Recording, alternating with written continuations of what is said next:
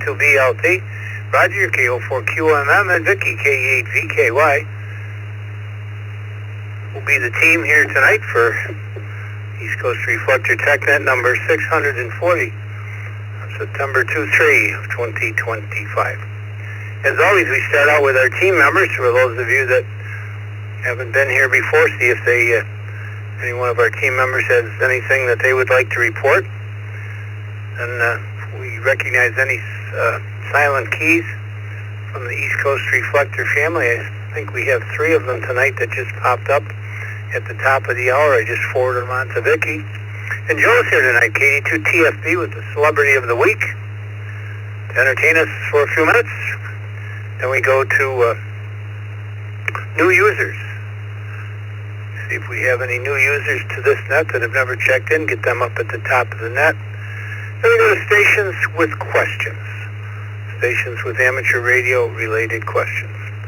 After that, we go to general check-ins. And we no longer are doing call districts, as most of you will remember.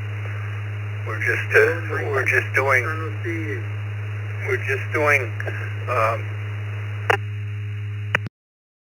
reset here for a minute. Zoom room was talking.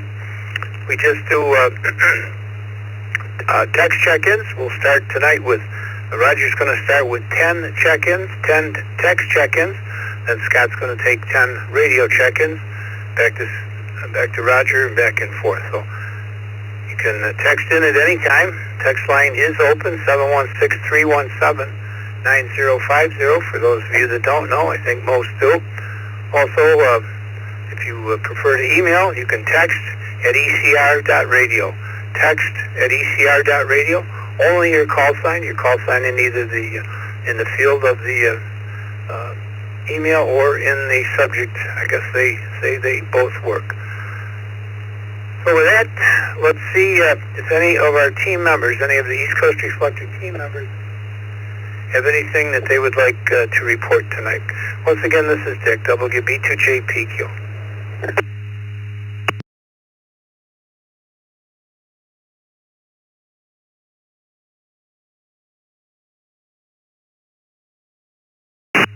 Well, I guess that's in a very active bunch, is it? I will mention tomorrow night, at 8 o'clock, is open mic night, new program we started back a few months back. So come join us at 8 o'clock tomorrow night here on the East Coast Reflector.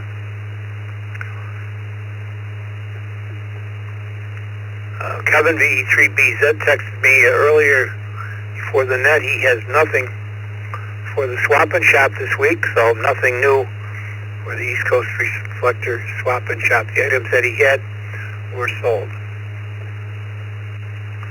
We have 3 silent keys that popped up out of our database that came up here just before the net. WA2RF Albert, WA2RF Albert, and W4RH Frank, and Donald from Sebring, Florida, KU4RB. Those 3 are silent keys that popped up somehow out of our database.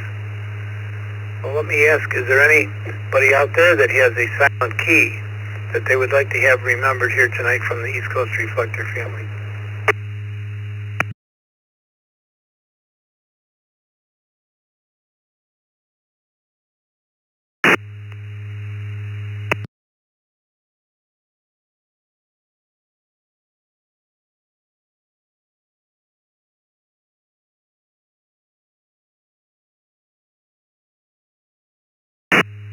Well, hearing nothing,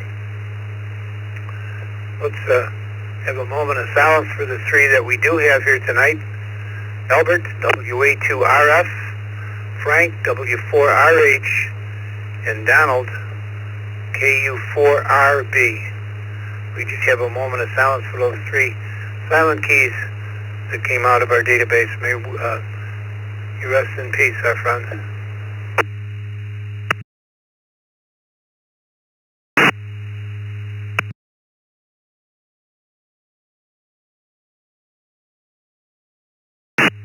Thank you, everybody. Let me send it over to Joe. He's in the green room here. He just came in a couple minutes to 8. KD2FTB. Joe, what do you got for us tonight? Altitude Tango Fox Bravo. Hello, everyone. I see from the logs, which you can get to at bit.ly/ECR logs, and click on the appropriate log because there's one for each net cell. What is the first antenna you built? Well, unfortunately, I haven't built an antenna yet, so I can't say anything about that answer there. And on to the celebrity call sign of the week. Thanks go to newhams.info, and like many of these episodes, the primary source of information is the English language Wikipedia, and is therefore subject to the Creative Commons Attribution Share-alike 4.0 license. Vega. RIX 4 and 5. Not an official call sign, but I'm missing my father, and I found a bunch of calling cards that prove.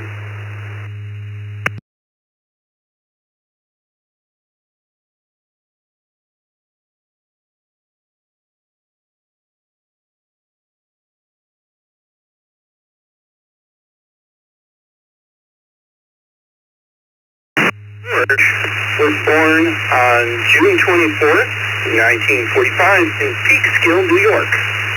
Their family name, which I'll get to at the end, means from the creek or little river in Hungarian. He has an older brother named Louis. George graduated from Peek High School, then entered Yale University in 1963. He graduated in 1967 with a history degree. He received his GED from Columbia Law School in 1970. Our celebrity won the election to become mayor of Peekskill in November 1981, winning 70% of the vote. In 1983, he was re-elected mayor by 4 more percent. However, the next year, George was elected to the New York State Assembly. In 1992, he was elected to the New York State Senate for the 37th District. But what George is perhaps best known for, though, being elected governor of New York State in 1994, defeating Mario Cuomo. This week's celebrity call sign of the week is Kilo 2 Zulu Charlie Zulu, or K2ZCZ, having once belonged to George Pataki, former governor of New York State. Kilo Delta 2 Tango Fox Bravo, back to net control.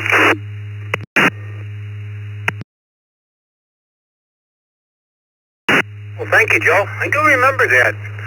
I don't know what class of license he had. I never talked with him, but I do remember George Pataki as being a ham radio operator back in the day. Thank you very much. Thanks for coming every week, Joe, and thanks for your article for the magazine as well every month.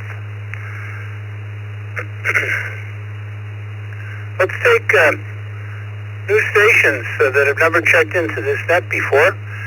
If you don't think you've ever checked into this East Coast Reflector Tech Net before, please give me your call sign twice. If you're not sure, we'll tell you whether you have checked in. So call signs twice. This is Dick, WB2JPQ. KJ5 LSD, KJ5 LSD, Lubbock, Texas.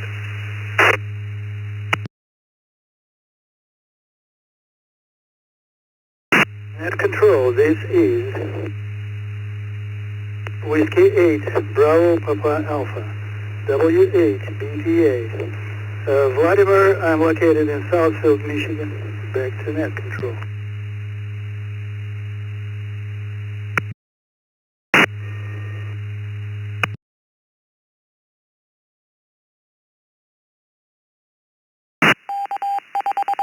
Vladimir, Southfield, Michigan. W8P Papa, or Baker Papa Alpha. And Angie, good evening to you, KJ5LST. Nice to hear you, Angie. Nice to hear you both. And our question tonight is, I forgot to mention it earlier, and Joe picked up on it because he was looking at our fetch log. And I think the question came from Roger tonight, one of our net control stations, KO4QMM. What was the first antenna you built? What was the first antenna you built? If you didn't build one, maybe tell us what you're thinking about building. I know, Angie, I know you from the town hall meetings and asking Elmer being Elmer, I know you've been working on antennas, so this might be right down your line. Good evening, KJ5LSG. Good evening, Dick. KJ5LSG. I just got back online today on my radio, and I have a new 3-foot antenna. Don't laugh, but it works great. Back to the net. Well, it does work good. You put a signal, and I heard you a couple of weeks ago, so, hey, there you go. You're all set, and nice to hear you tonight. W8 Baker Papa Alpha, Southfield, Michigan. Vedamore, good evening to you. And what was your first antenna that you built? And if not, you have one that you're going to build.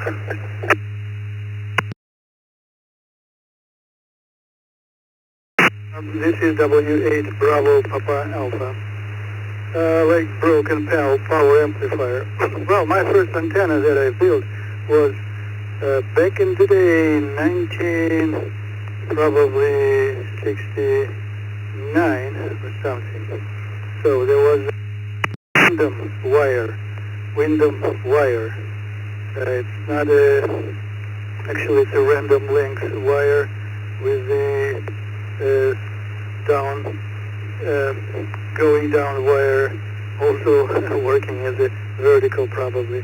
It wasn't, well, mostly it was probably inverted L antenna, and it was 3 megahertz.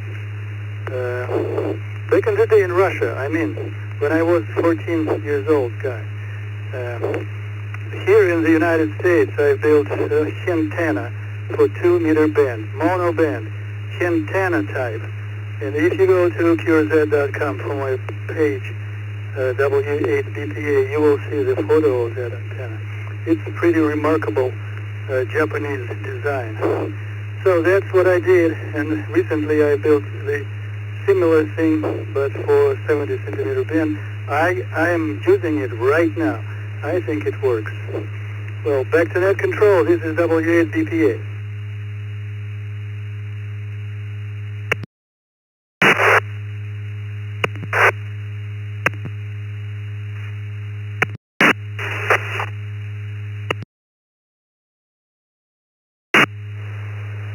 You're done with all the key-ups. Well, great. And I was, my question came up this afternoon, and I was thinking about my first antenna back in the day, and I do remember I was 13 years old, and it was the zip cord antenna, and it's still online today. It was a simple antenna. You just take a zip cord, or better known as lamp cord, and you split it, and I just, no matching, no nothing, ran it. I probably was open wire back in the day, ran it right in, either into a PL259, or I don't remember, but I do remember that was my first antenna for 40 meters. I had strung, but I think I strung it up next to my mother's clothesline, if I'm not mistaken. But look it up sometimes. Zip cord antenna. It's still online. I looked here a year or so ago, and we got into a discussion. So, hey, in a pinch, there you go. What else do we have? New stations that have never checked into this net before, please give me your call sign. If you've never checked in, we'd like to get you up at the top of the list.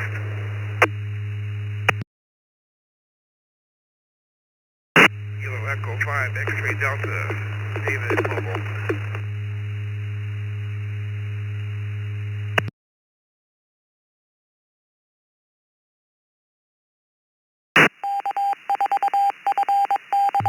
Well, David, that's a new one on me. New Boston, Michigan.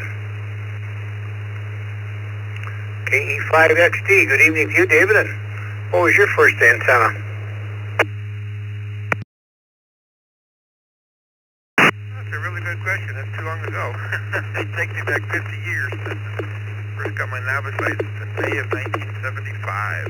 So, I'm going to say it was probably a Ringo Ranger on top of my parents' TV tower.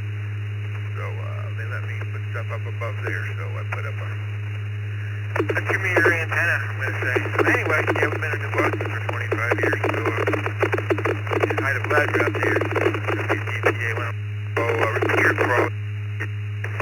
So very good. Just heading back to New Boston from Ypsilanti. So good to hear everybody out there. This is the 5XD Woo. David over here near the Metro Park in Belleville.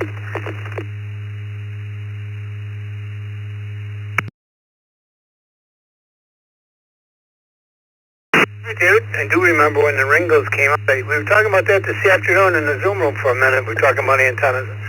I remember the first Ringos, as I remember them, for 2 meters. They had a gamma match of some arrangement on the bottom of them. And boy, if you got that adjusted, they worked well. If you didn't, we used to call them an air-cooled dummy load. But they've been around a long, long time. What else do I have? New stations to this net. You've never checked into this net before. Call signs twice. Victor Echo 3 with Victor Juliet, VE3WZJ. Name here is Bill.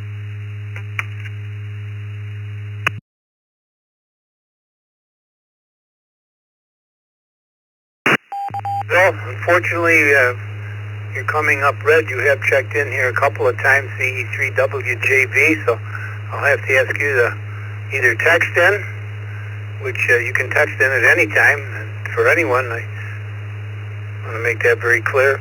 Once we get through the stations with questions, we'll take 10 check-in, 10 text and 10 radio, 10 text and 10 radio, and work it that way.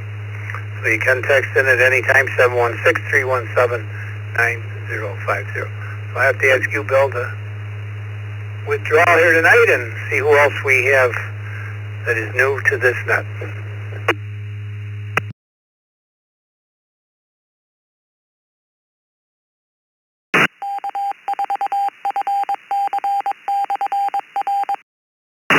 VKC, KG6 VKC.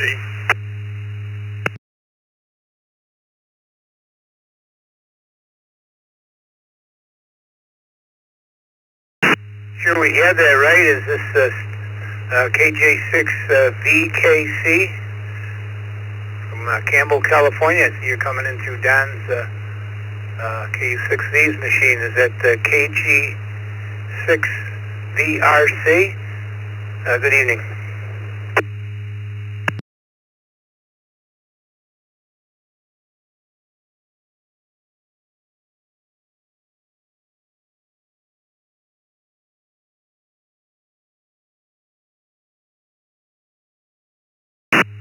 The 6 station I called in through the KU6V repeater.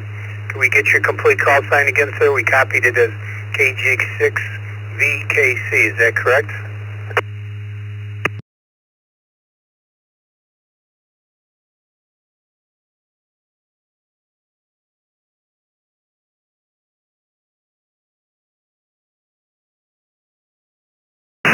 Well, we'll move on here. I don't know what happened there.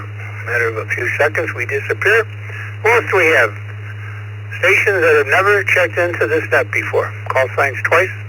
This is Dick, WB2JPQ.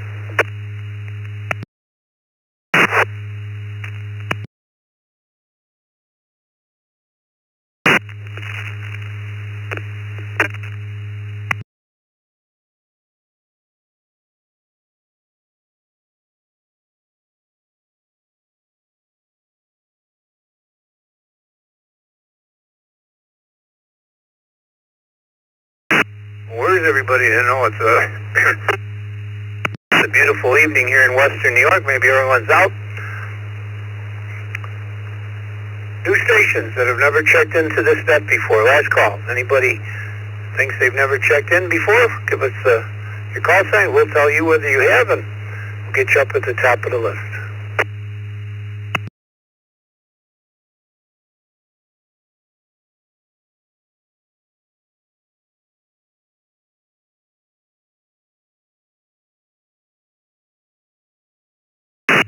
Wow. Might be a short net tonight. Let's go to stations with questions. That's the, as I always say, that's the meat and potatoes of this net. So, stations with an amateur radio related question. I think Vicki said she saw Charles pop up, so we know Charles is here tonight. So if you got antenna questions, not sure about David, but time will tell. So stations with amateur radio related questions. Call signs twice.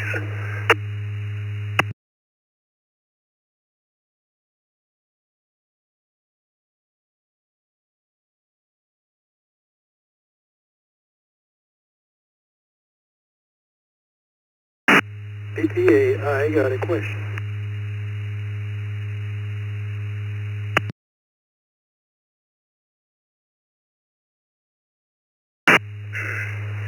I think that was Vadimer again. Yeah, I think that's you, Vadimer. W8 BPA. With a question, go ahead, sir.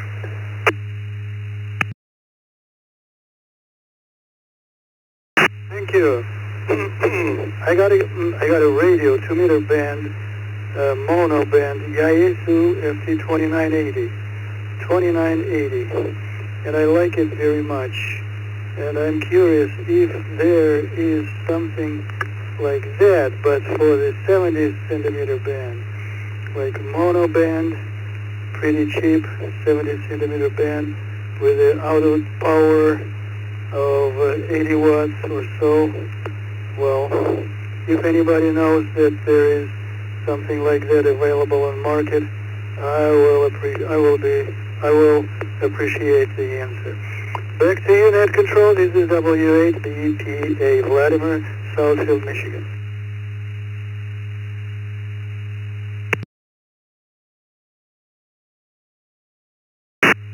Well, let's see if we can find an answer for you. Boy, mono band radios are scarce.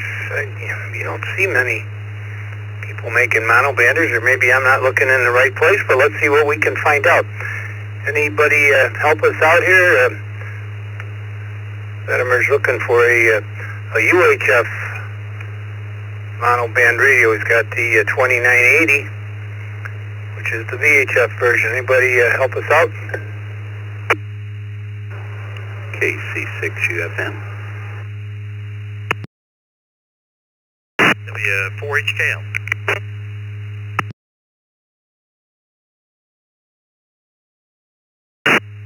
Well, good evening to Steve and to Charles, KC6UFM. Go right ahead, Charles. What do we know about mono band? What is that, Yaesu, I guess, UHF radios?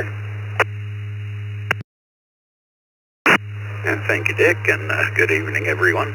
And Vladimir, you might want to look at the TYT brand. That's Tango Yankee Tango, the TH9000 series. There are 3 of them, a 2 meter, a 1 1/4 meter, and a 70 sonometer. The only one I can remember the output power on is the 70 sonometer, and it's 65 watts on it. Pretty well built little radios, actually. They're in, the price range is under $150 for them, and with a couple of caveats, they're very good and they hold up very well.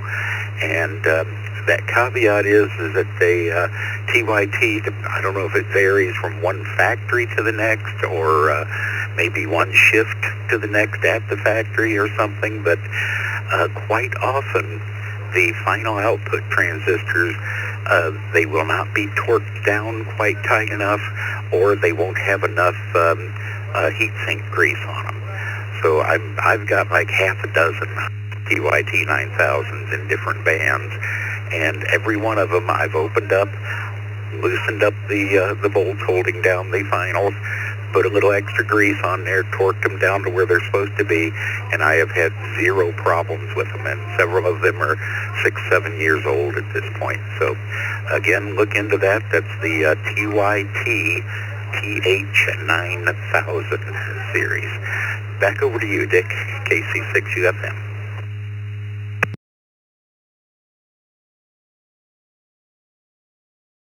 Well, thank you, Charles. Let's see what Steve in Cumberland Gap, Tennessee as to say, good evening, Steve, W4HKL. Shouldn't discuss prices on the air. Well, good evening, Dick. I'd like to just throw out there the Kenwood TK860 and 880 UHF radios. They're commercial, but they have filters that are wide. They work well in the amateur radio band. I'm on one now. They come in the 5 and 20 watt versions and the 10 and 40 watt versions. You can tell the difference by the longer heat sink on the one that goes up to 40 watts. The programming software is easily accessible on the internet, and other than purchasing a little programming cable, which works on a lot of other Kenwoods, that would be the only drawback, is that you have to find that software. But they work great on the hand bands, and they are monobanders. Back to net, W4HKL.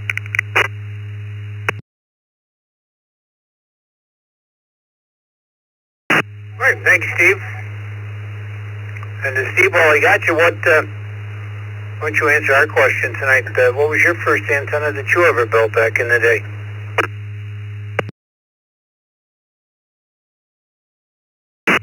First antenna was out of, I believe it was 73 magazine, Jerry Green, die. It was a 5/8 wave with a it was a phasing stub and a quarter wave on top of it. And it was for 2 meters, and it worked really good.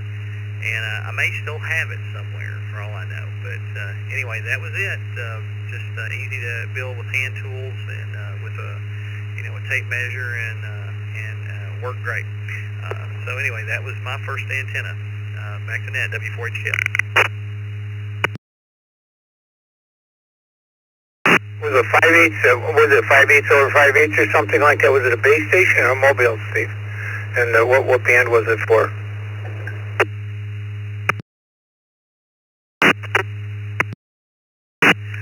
It was a J-pole base made out of aluminum.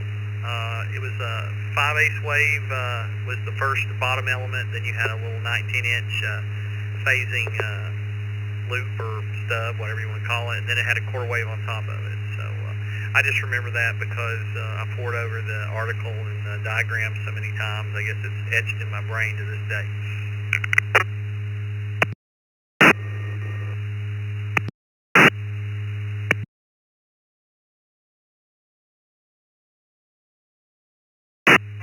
Thanks. Vetimer, was that any help to you? It's the 9800 looks like, or 9000 I guess it was. Might be something you might look into. It sounds like a fairly reasonable price.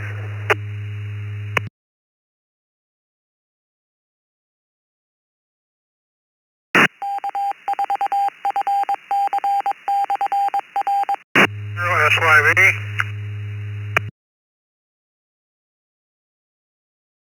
Get back to W8 BPA. Vetimer, was that of any help to you, the TH9000? Might want to look into that.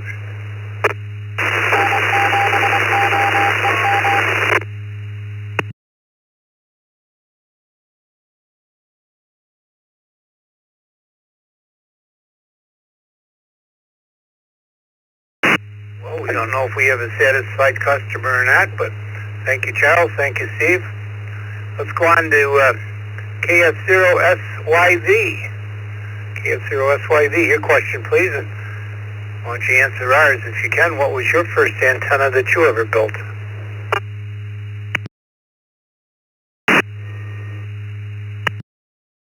I did have a comment on I have not built any antennas. I have put several together, but I haven't built one per se myself.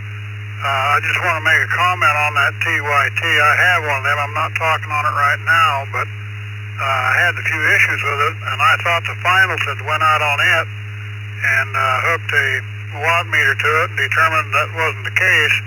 I had put frequencies into it manually, and for whatever reason, the software, it had forgot it.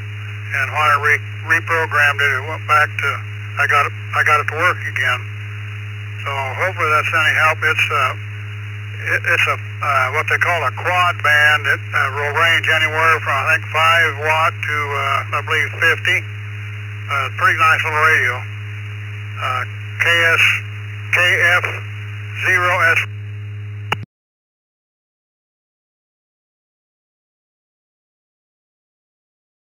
Oh, well, thank you. I'm sorry. I thought you had a question, but it was an answer to the previous question.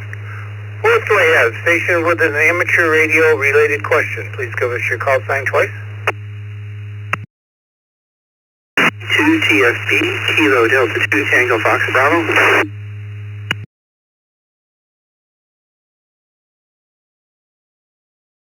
Joe, KD2TFB.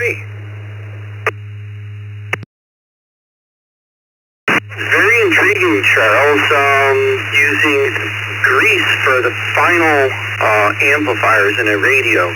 Is that the same sort of substance that's used in built computers, like CPU to heatsink?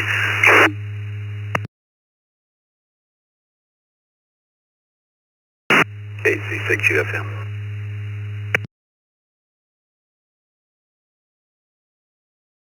Hi, Charles. Thank you, Dick.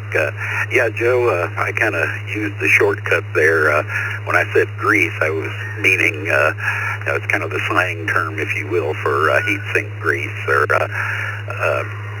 whatever. There's about 6 different compounds that you can use, but that is definitely what I meant. And the stuff you use when you're putting a cooler on your CPU and your computer will work just fine.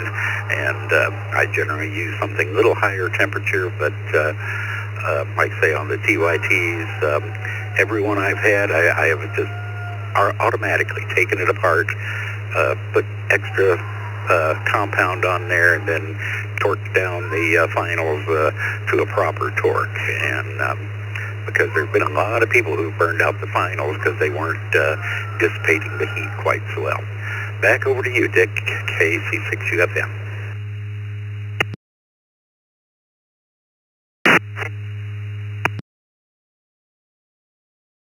Thanks for the question, Joe. Thank you, Charles. Yeah, I remember back in the Master 2 days, I always took the finals off. I was building a Master 2 repeater. I always took the time to scrape the old compound off and clean it up and put new fresh stuff on and torque them down. I think it made a big difference. Stuff gets dried up, and I don't think back in the day it was as good as it is, in later years. It certainly made a difference. All right, who else do I have? Stations with an amateur radio related question. Call signs twice. This is Dick, WB2JPQ33, pass the hour.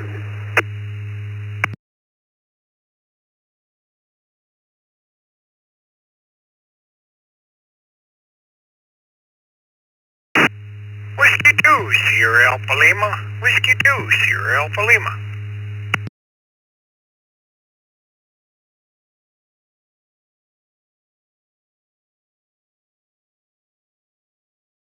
Hey, my buddy Sal, W2SAL. Good evening, buddy. Good evening, Dick, and everyone else out there listening. I got a question. I got a 440 beam, 2-meter beam, and then down on the garage right now, I've got a cobweb 6-element, I believe it is. I want to put the 2 beams above that. Is there any spacing specifics I need to worry about, or not really? KC6UFM. And over to you again, Charles. I'll send you that overtime form, Dick. Hello, Sal. Good to hear from you tonight. The absolute answer is, more space is better. But you did not say if the 2 beams you're putting up there, the 2 Yagis, are horizontal or vertical polarized. But, the cobweb, of course, is horizontal. But, if you can get, 6-8 feet, you're going to be okay as long as you're not trying to use them both at the same time. But if you're going to be using them both at the same time, you're going to need to get, at least 10 or 15 feet in there. However, if the Yagis are vertically polarized and the cobweb is horizontal, you can get by with a little bit less. I don't think I would go less than about 5 or 6 feet regardless. But again, more is better in that case. Now, back over to you, Dick, KC6UFM.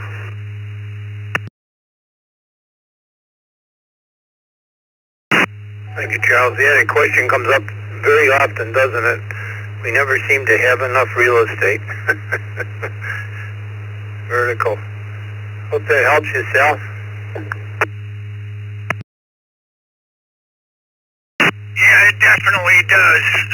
The only other stipulation I have is I'm on direct flight path at Buffalo International with planes coming in, so I'm restricted on my height.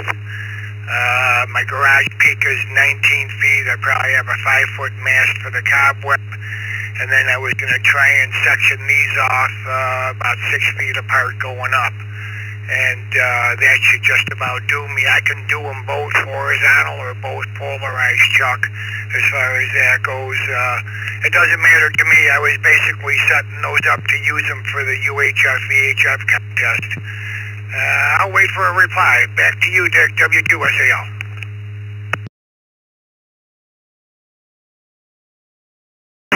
All right, Tom. Sending back over to Charles.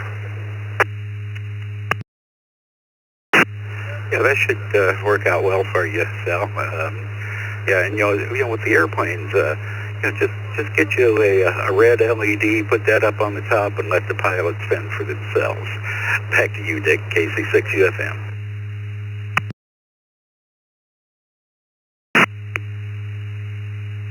KK5, CJ, and 0XL. Stations with an amateur radio related question. Call sign twice. This is Dick, WB2JPQ.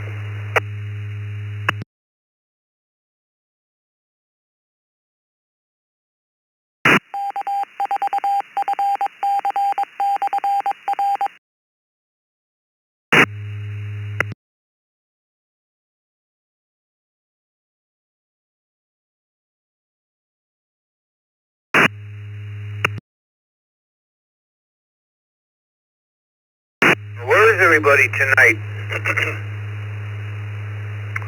Somebody's got to have questions out there tonight.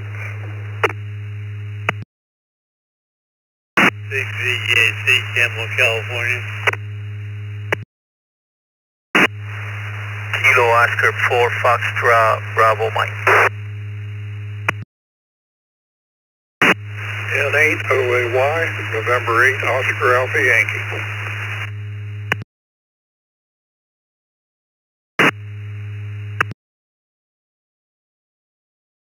KR4, COH, Kilo Romeo 4, Charlie Oscar Hotel, top of the evening to the net, no traffic, IO, in and out.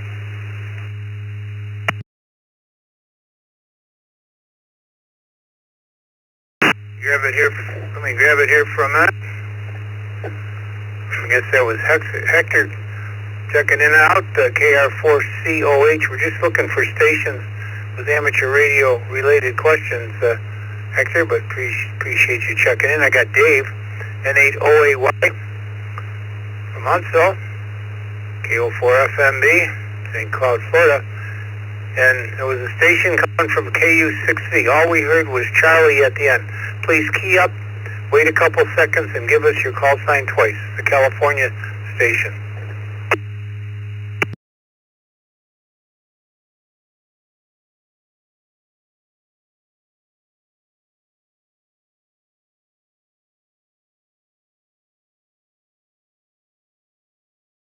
One more time for the California station that's coming in on KU6V's repeater. The second time, sir, we've gone back to you. Would you Give us your complete call sign twice. We'll be glad to take your question.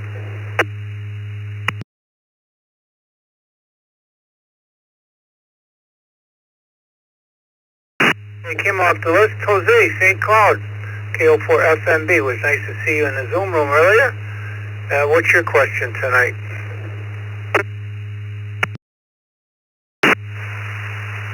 Good evening, Dick, and the rest of the, forgot the net. Sorry about that. The question I have, how high can you set up a Delta loop antenna? What's the highest you can go? Back to you, sir. KC6UFM. Overtime is authorized. All right. Hello, Jose. This is Charles, KC6UFM. That's kind of a loaded question, Jose. You can go as high as you can possibly go. I mean, if you can hire a helicopter to suspend it up there in the air, that's perfectly all right. Of course, you're going to have to deal with some paperwork from the FCC and the FAA for that, but irregardless, there is no height limit. Delta loops are full wave loops, so they do not work against the ground. They don't need any kind of a radial system or anything like that. Like with all antennas, as the old saying goes, height is might. And the higher you can get it, the better it is going to work. Now, with all of that said, though, Jose, keep in mind a delta loop, just like any other full wave loop, that's a whole bunch of metal up in the air. And if you're, I don't know where you're at, St. Cloud, Florida, I'm not too familiar with the weather down there, but high winds and stuff are going to be worse at higher altitudes, and you may have issues keeping the thing in the air if you go too high.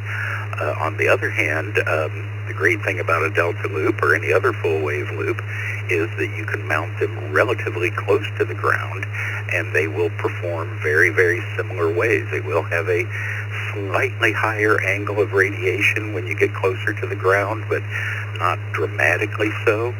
And it's also going to stay up better in big winds. So back over to you, Dick, KC6UFM.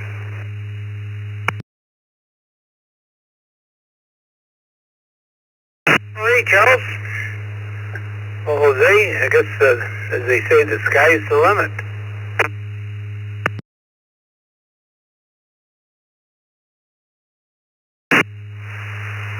Roger, sir. Thank you for the information. I'm about ready to get one of those myself.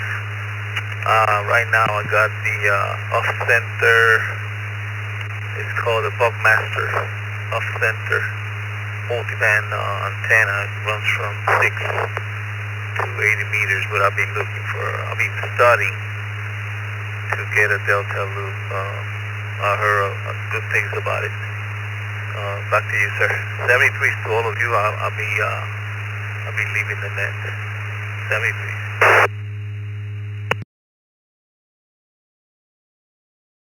For your question. Thank you, Charles, for the answer. Let's go to Huntsville, Alabama, see what Dave, N-H-O-A-Y, has got in his mind. Good evening, Dave, and what was your first antenna that you ever built?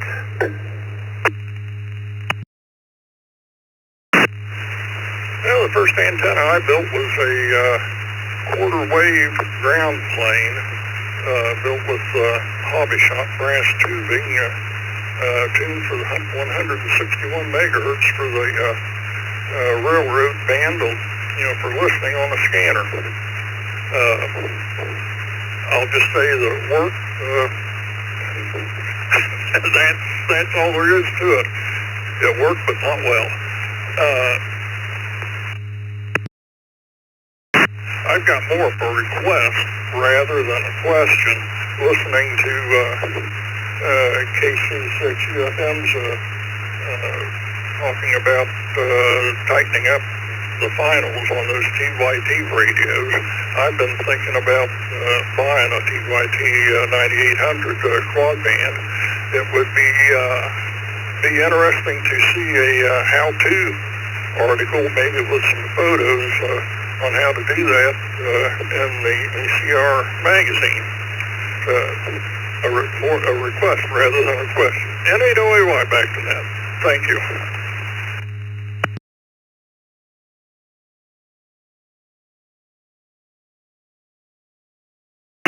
Well, I'm sure Charles could put that on his list of things to do. I'm sure you read the magazine, you see Charles's antenna article in there every week, but like we tell Joe, Charles, just put that on your list. It's down and duly noted.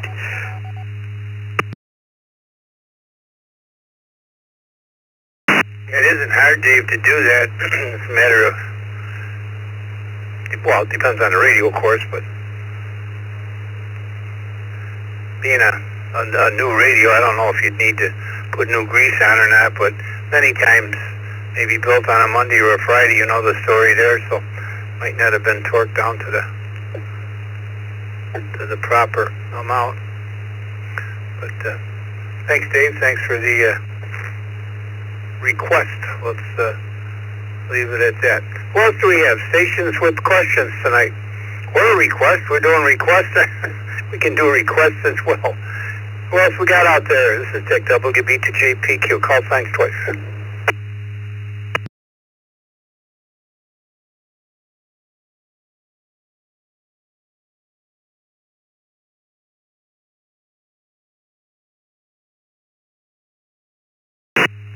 Four, NXP, Kilo India 4, November Hotel Papa.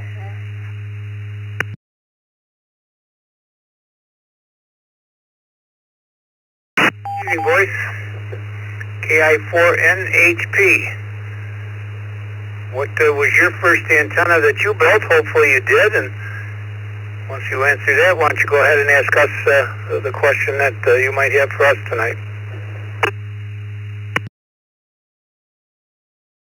I'm gonna look stupid, but I told a guy that I was looking at buying a Hustler antenna and putting it in my attic, and he kind of questioned why I wasn't taking a ground plane antenna and mounting it horizontally. I never thought of it, and I don't know the effects that it would have, but it just doesn't seem right in my head.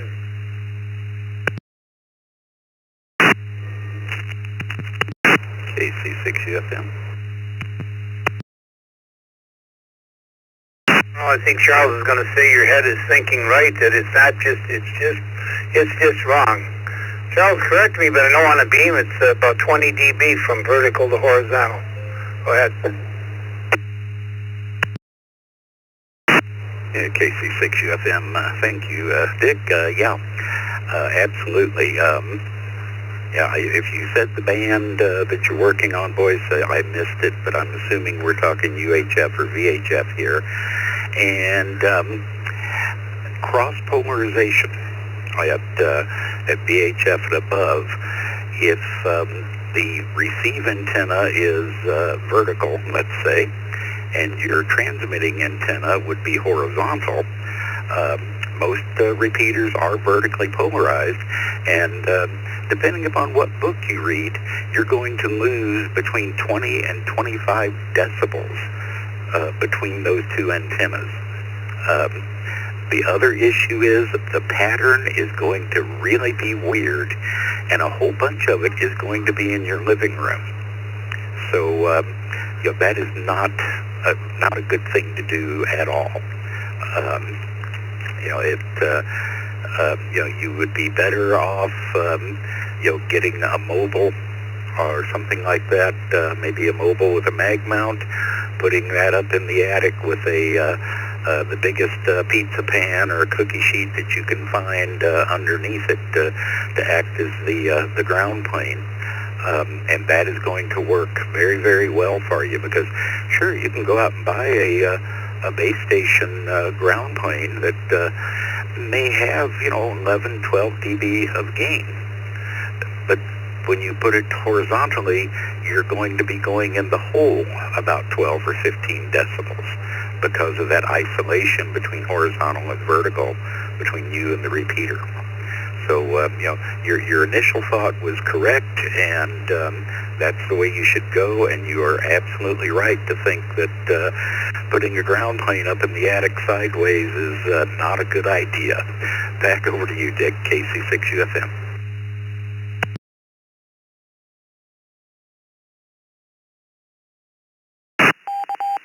Charles?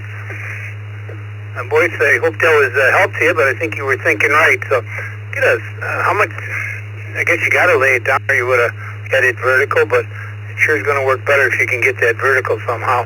Maybe you buy a little lower gain antenna, one of the 3-4 footers, you might be able to get it vertical. Boyce, go ahead.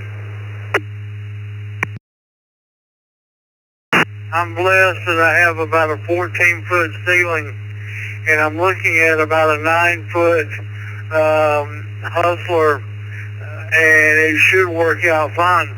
But that was suggested to me, and I just didn't see the logic in it.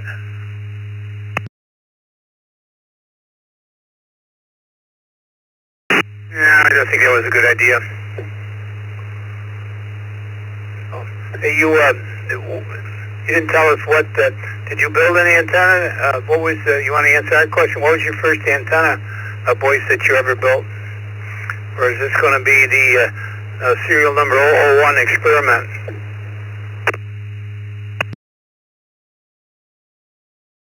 Well, the first one I built was a Serbu curtain, and it's been about 30 years ago since I built it. And then a couple of G5 RVs with 350 twin lead on it, and then a few J-poles.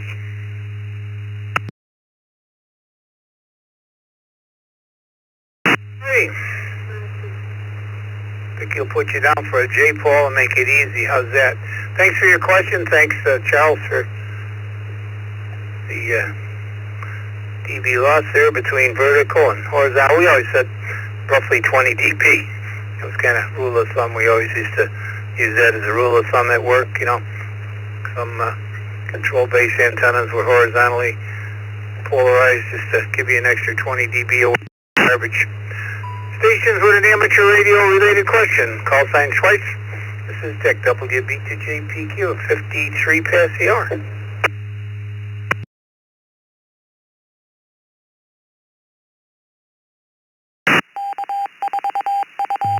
By Delta Fox.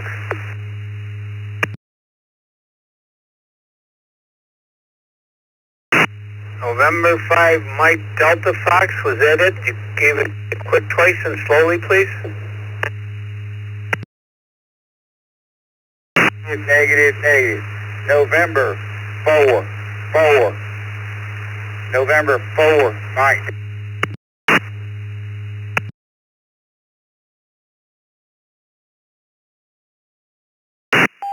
Number 4, Mike Delta Fox. Let's see that comes up.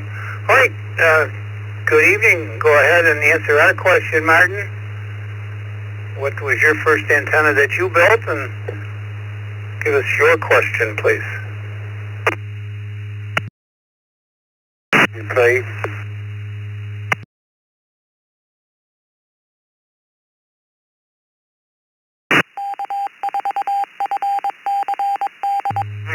Question.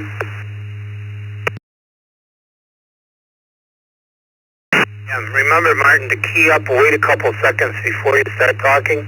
There are delays in the system. I've noticed they're quite a little extra delay there on that Huntsville 8087 IRLP node. With your question, please.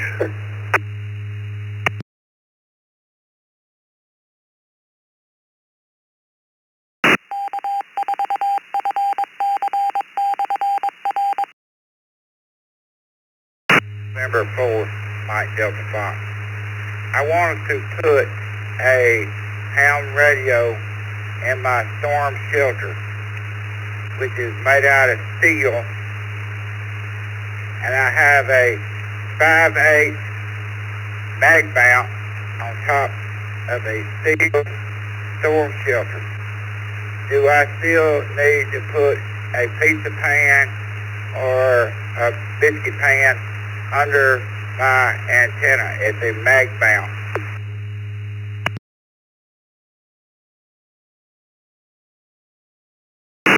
KC6UFM. Over you, Charles, and I think he's got the best pizza pan going. Absolutely, Dick. Thank you. Yeah, Martin. I'm assuming that you're going to be putting it on the outside of your storm shelter, but yeah, you won't need to do anything like that.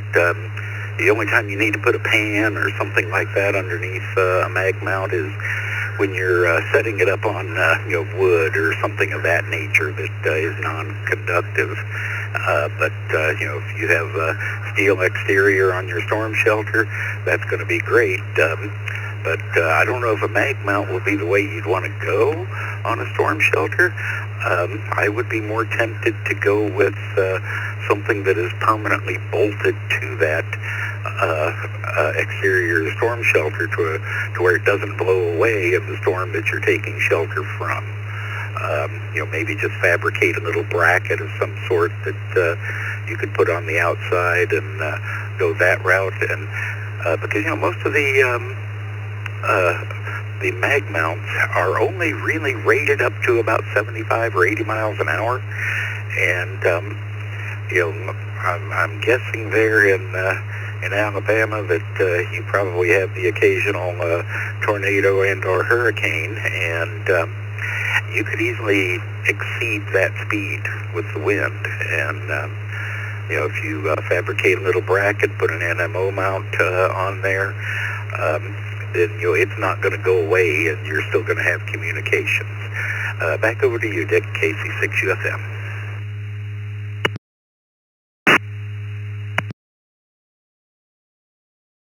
Thank you, Sal. Thank you, Martin, for your question. And Martin, before you run, is this your first antenna? We need to put you down for something tonight. What's the first antenna that you built? Over.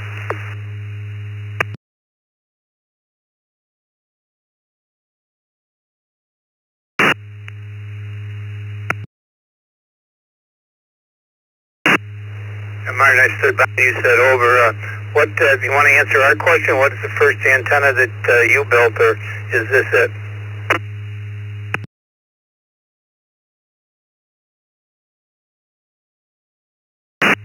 I'm using a mag mount antenna on my storm shelter, and the storm shelter is inside my garage. Over.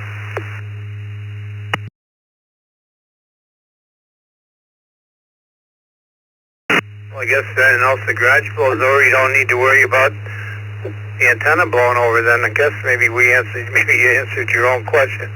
All right, we got you down for a mag mount. Thank you for the question, and good luck. Who else do we have? Stations with an amateur radio related question.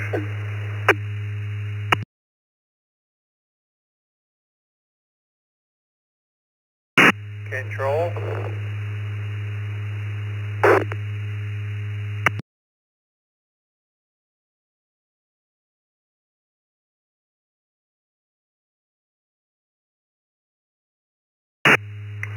Western New York station, we need your call sign. All we heard was net control. Please key up, wait a couple seconds, give us your call sign twice.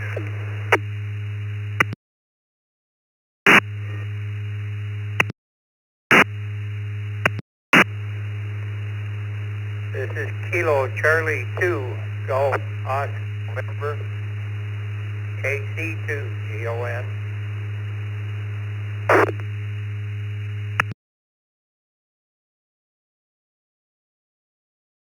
Holy mackerel, Don. KC2GON. Man, I haven't talked to you in years and years and years. Ripley, New York. Good evening to you, Don, and what is your question tonight?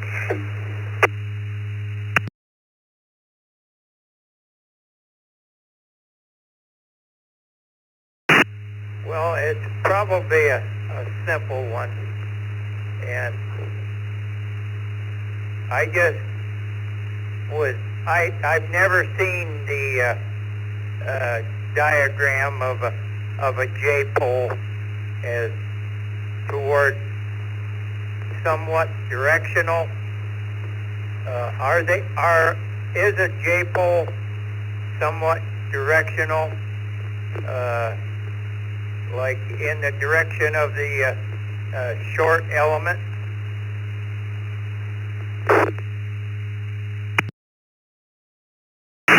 KC6UFM. Hey, Charles.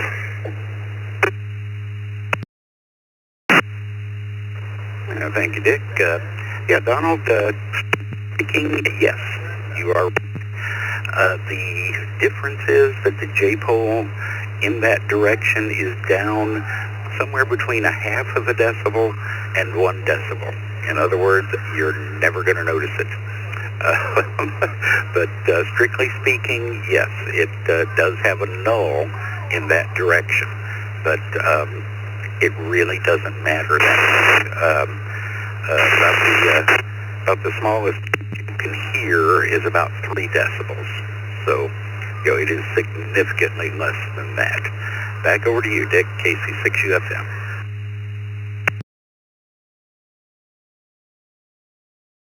Thank you again, Charles. And hey, Don, it's good to hear you, my friend. It's been many, many years. What was the first antenna that you built? So we can fill in your blank line here, Don.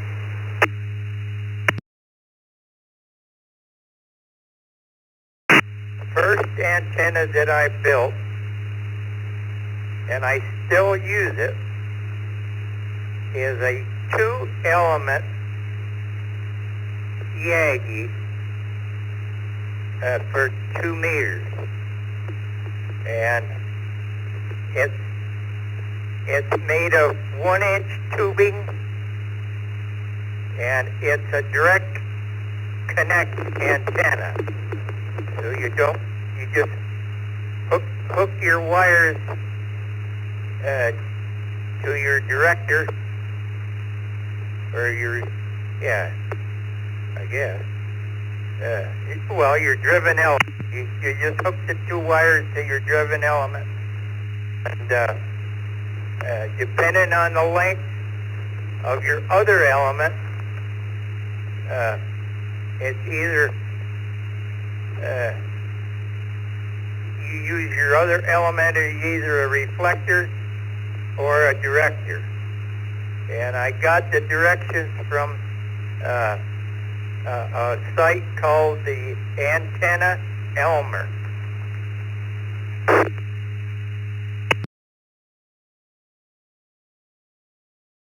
Hey, John.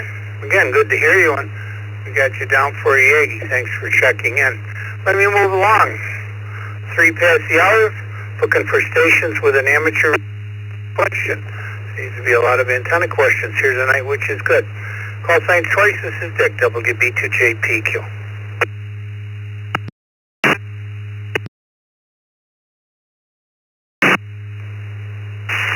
KJ5GAN, KJ5, Golf Alpha November. I have a question about an antenna.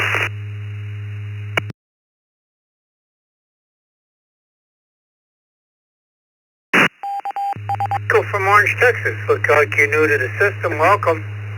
KJ5GAN. Go ahead with your question, and if you care to answer our question, we'll take that first. Hey, what is your question?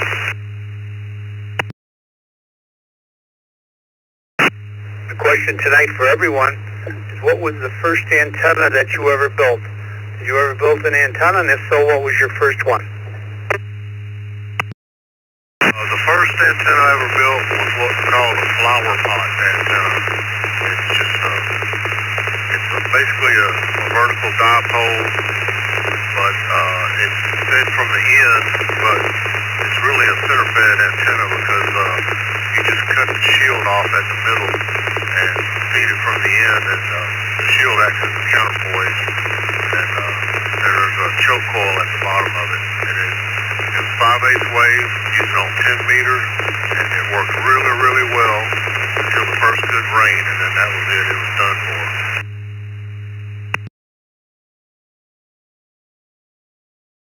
Surprisingly enough, we were just talking about that last week in our Ask an Elmer, Be an Elmer room. Daryl from Australia uses one, and he has had some extremely good luck with it. Go ahead with your question to us now. Michael, good to hear you. Hey, I've got an antenna, and it's a dual band, 2 meter, 70 centimeter antenna. I bought it off of Amazon, the Simon X50. And when I put my nano DNA on it, it shows these spikes right in the middle of the 2 meter band, all the way up over 30 SWR. And it's just in a little narrow spot right in the middle of the band. And if you try to program a repeater that's in that frequency area, you're going to get all those SWRs. And I don't know what's causing that. I'm trying to figure it out. One guy, the other night I was talking to him, he told me that it was probably the coax causing that. Anybody know anything about that?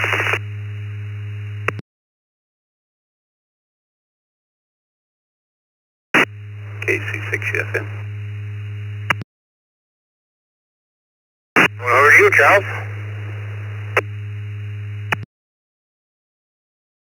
Alrighty, thank you, Dick. Yeah, Michael, it sounds like either one of three things. Either a problem with the coax, a problem with the matching components in the base of the antenna, or a problem with your nano VNA.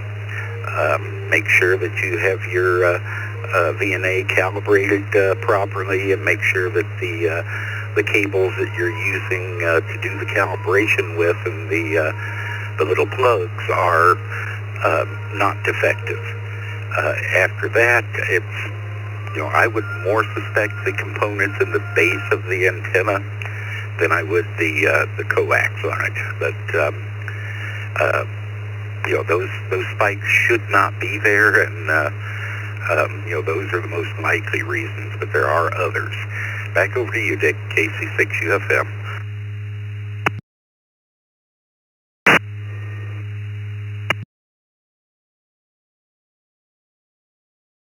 Doesn't sound like something's not right. Now, Michael, was that any, hopefully that's some help to you. Check the coax connectors. I think that's where I would start. Loose connector will do it, bad connector.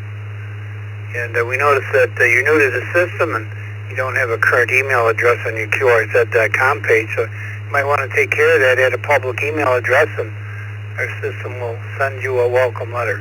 So, Michael, was that any help to you? Yeah, I'm leaning toward the coax. I'm using RG8X, which is not good enough for UHF. I've got a piece of LMR 400 order. I want to try that, see if that makes a difference.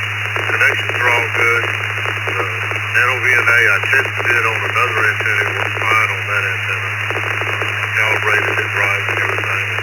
I had to narrow the band down, the sweep down to just the 2 meter band, because when I try to widen the sweep any to cover the 70 centimeter band, it was just all over the place like there was a loose connection somewhere. So it's either the coax or that loading coil at the bottom of that antenna. It's got to be.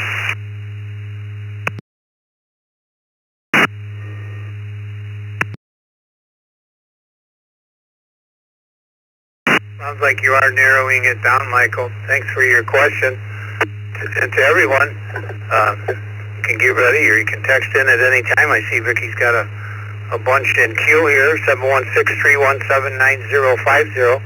Roger's going to start out with the text check-ins here as soon as we finish the stations with questions. So don't be afraid to get on the list, text in.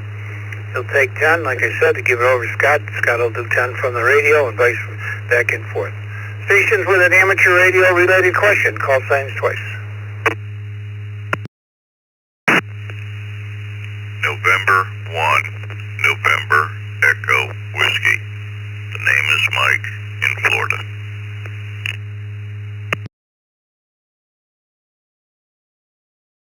Mike Pembroke Pines, to be exact. Good evening, Mike N1NEW.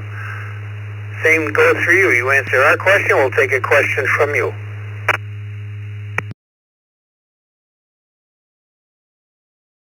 Okay, I can answer your question.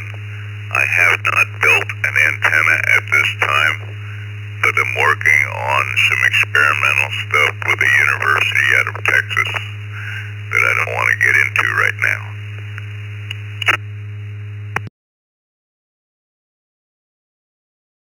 Nothing wrong with that answer, Mike. We got you down for a none, so how about asking us your question?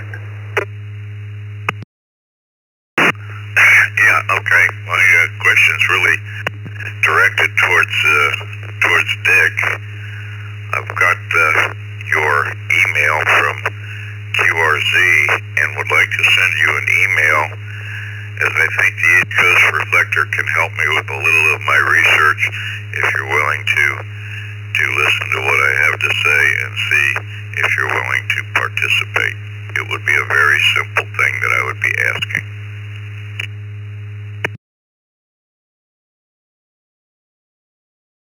Get many emails every day, so sure, send it out and we'll do what we can.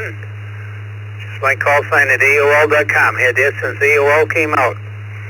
Works for me. My call sign, WB2JPQ at AOL.com. Can't get much simpler than that, Mike.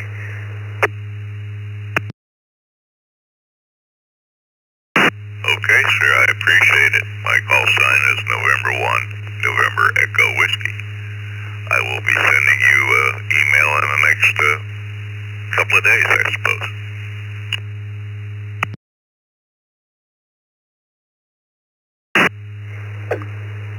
Thank you for, we'll call it a question. What else do we have?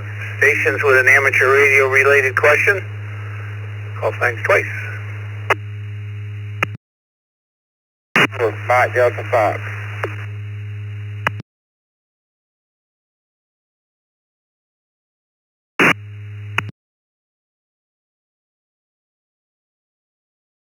Hi, Martin. I have a simple question. Is Grimes radio frequency considered to be a ham?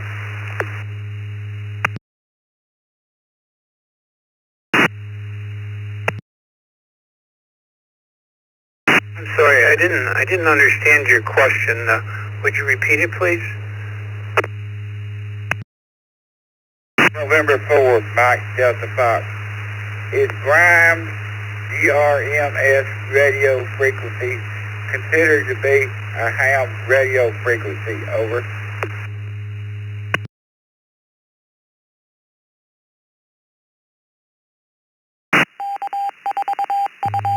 No, GMRS is not an amateur radio frequency, Martin. Nope, it is not an amateur radio frequency. So Grimes is a frequency by itself.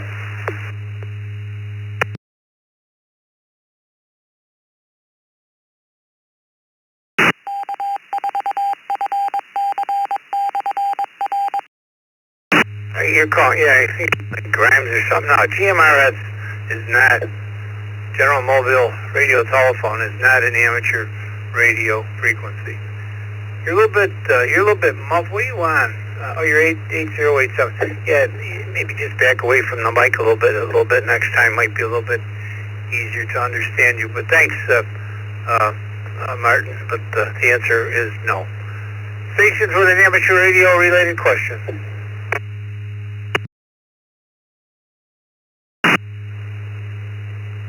KD2 JPP.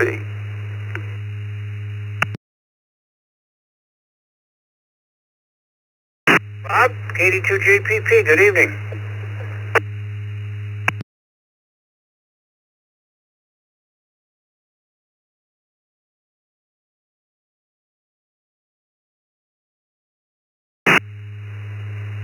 Hey, good evening, Dick. I got probably a simple one. I know we've talked about it here before. I have not built an antenna, so that's my answer to yours. but I'm putting together a Diamond X700. It's got a couple of sections, I believe 3 that have to be joined together. It's 4 sections, but 3 I'm trying to make watertight. What would be the best thing, like a Scotch tape, a 130C, or what would be the best thing to make those connections watertight? KC6UFM. Wait till I get this bill from Charles. Go ahead.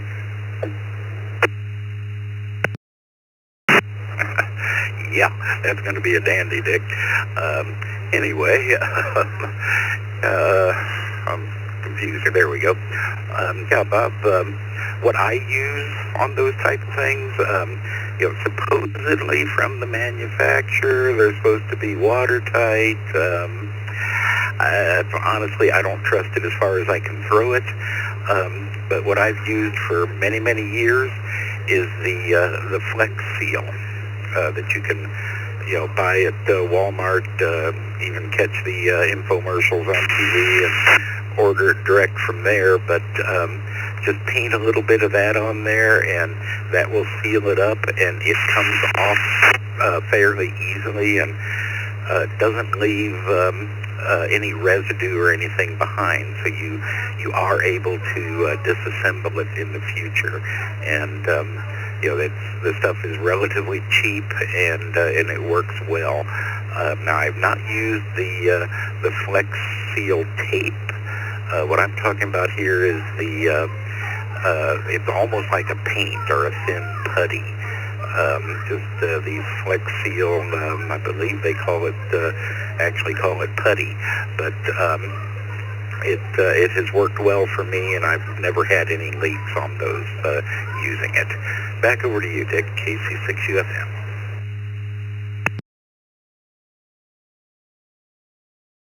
Charles, Bob, did that answer your question?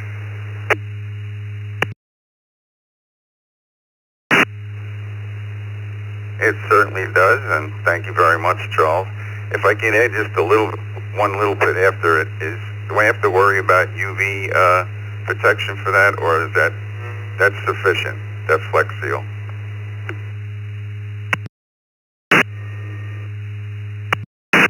Yeah, honestly, I don't know what the manufacturer says about UV resistance, but I've had antennas up for 8-10 years and never had a problem with it. So, from a practical standpoint, yeah, it'll handle the UV pretty well. But officially, I don't have an answer to that, Bob.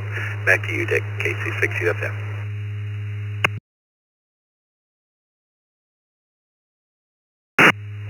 Thank you, Charles. Thank you, Bob, for the question. Vicky will take you off the text line. I see you were number 1 there. We'll pop you off, and I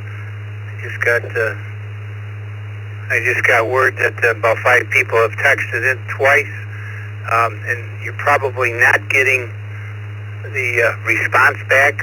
And the reason for that is until we make some changes, we only have reply backs. Let's call them reply backs, like not knowing exactly what it's called, for 100 text messages. And we get 60 plus in the morning, and pretty soon we're up to over 40 here tonight or whatever it is, and we get them, but we're not. You won't get the response back. So we're aware of this issue, and we have to make some mid-course corrections here in the next few months. But that's the reason. If you're not getting a response back, don't panic. We no doubt got you.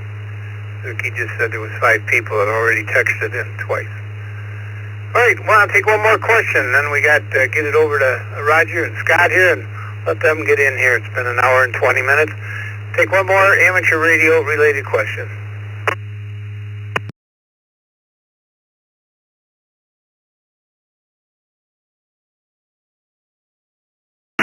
For NHP recheck.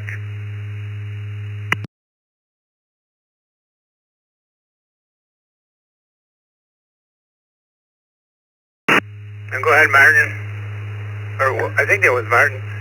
No, maybe it wasn't. Who was that? NHP, I guess that was.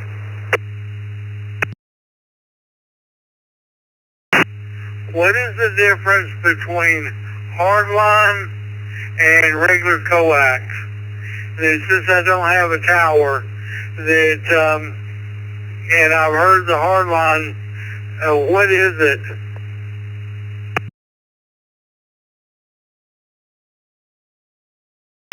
KC6UFM. Last one for you tonight. Alrighty. Yeah, boys, regular coax cable, like RG8 or LMR 600 or 400 or 240 or, whatever, is flexible.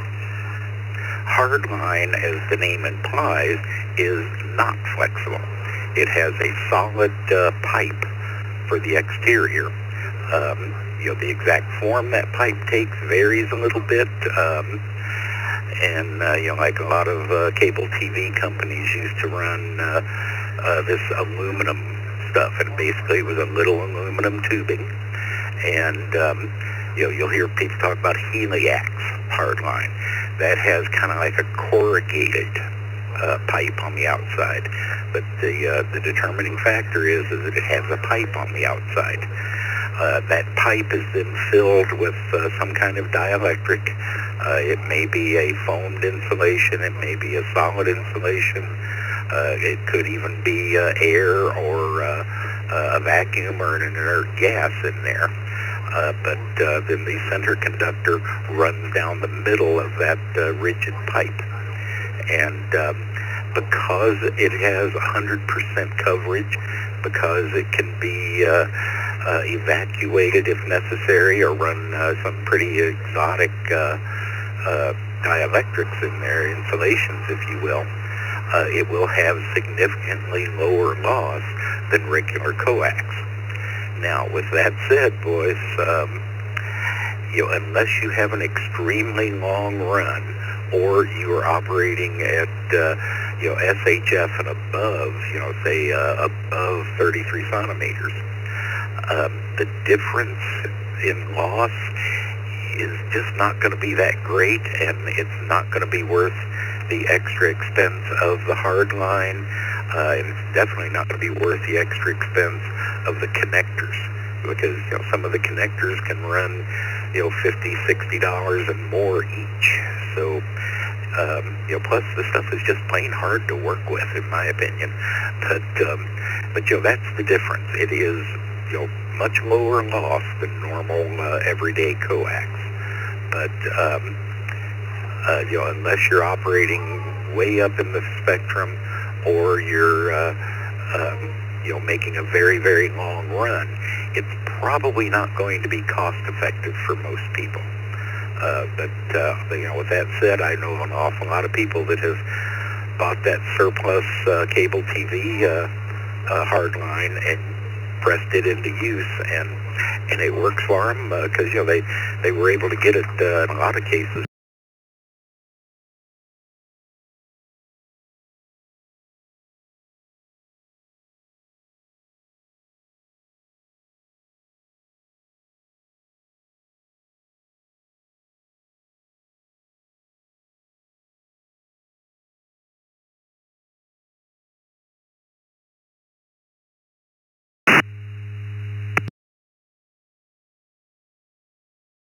Right, well, thank you, Charles. Thank you for an hour and 24 minutes of entertainment here tonight. Appreciate it. And thank you, Boyce, and thanks everybody for your question.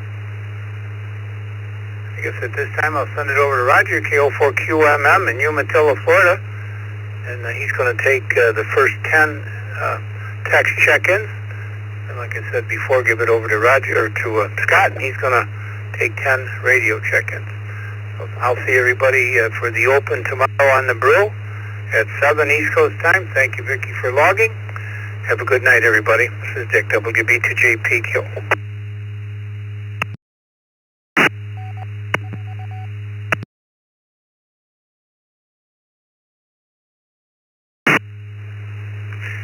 Thank you, Dick. This is KO4QMM, Roger in Central Florida. I'll be your net controller for the text check-ins tonight, and as Dick said, Scott will take care of the voice check-ins. And let's see, announcements. It seems like there's only one announcement. 20-meter net Thursday, 10 a.m., 14.317. Kidding around, I knew they'd get a laugh out of that. There's also Wednesday night, 8 p.m., the open mic night. Friday, Youth Net at 8 p.m. and Saturday morning, the 40-meter net, 7.245. Enjoy all of them. All right, let's get to the game here. For starting at the bottom of the list, and this will be the first 10 text check-ins. W2SAL, Sal, Cheektowaga, New York. KD3ATQ, Jim, Easton, PA. KQ4GLY, Chris, Parrish, Florida. K6AAN, Mike, Valley Springs, California. K2CMT, Mike, DeBerry, Florida. KM5GH, Mike, Albuquerque, New Mexico. W2RBC, Randy, West Seneca, New York. KK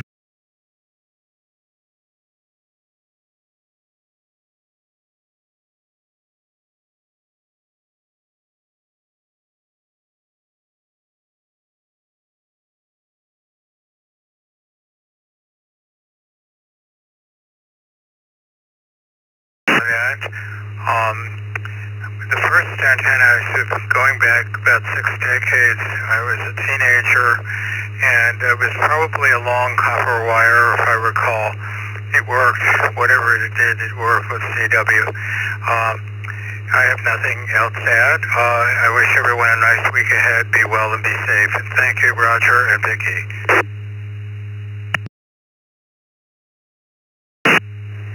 Thank you for joining us this evening, and hope you have a wonderful evening. Let's move on to Charles, Cathay, California. And thanks for all that antenna help tonight, Charles. He does have a letter in the ECR News magazine. It's called The Antenna Farm. He's in there quite a bit. To you, Charles, good evening.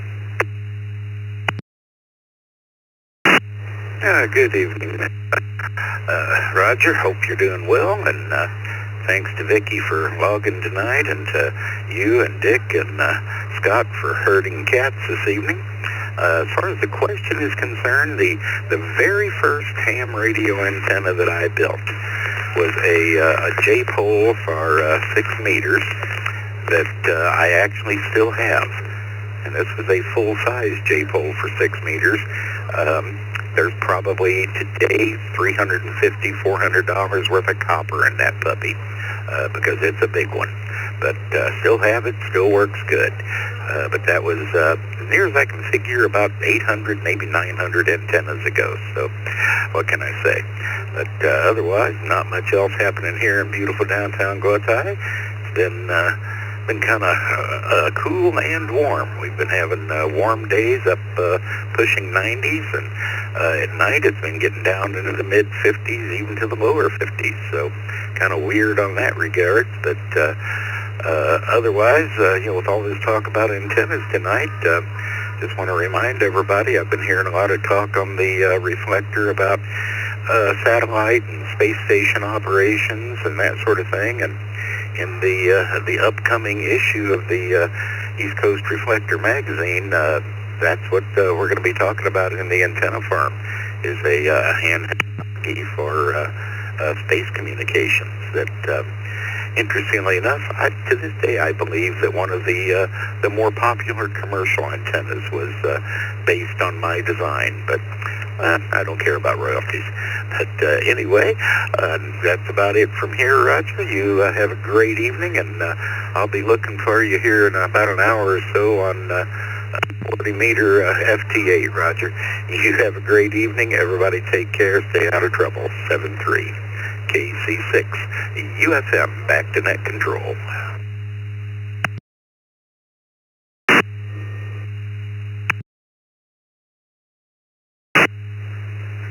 Oh, thanks for joining us, Charles. As always, a wealth of information with those antennas. And you said something. You had a thing for me, and you started breaking up after that. But you have a good night anyhow, Charles, and we'll be talking to you soon. Let's move on to Les, Claremont, Florida, KK4 SED. How about it, Les? What was the first antenna you built? Over.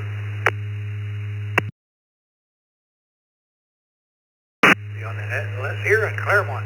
Hey, by the way, 2.5 inches of rain here this evening. That's a good thing. First antenna. Boy, that goes back a lot of years, but the only thing I can remember is the long wire going up the side of the house. So I'm going to stick with that. KK4 SED, back to net.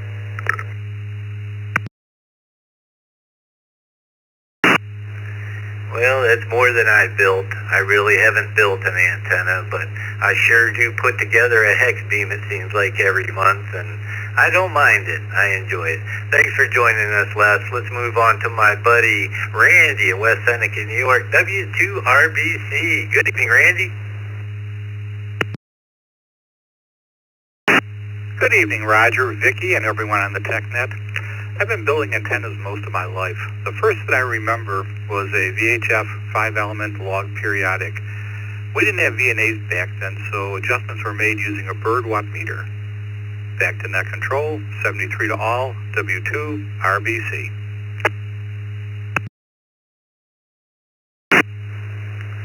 And I bet it worked well, Randy. Thanks for joining us this evening. We'll talk to you later. Let's move on to Mike, Albuquerque, New Mexico, KM5GH. You're up, Mike.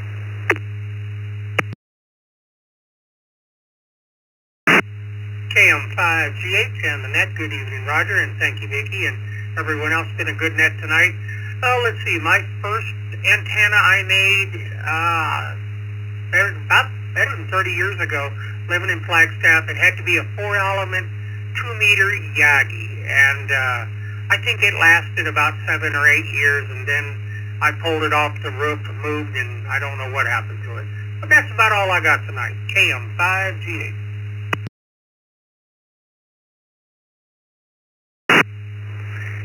Beautiful place, Flagstaff, Arizona, I gotta say.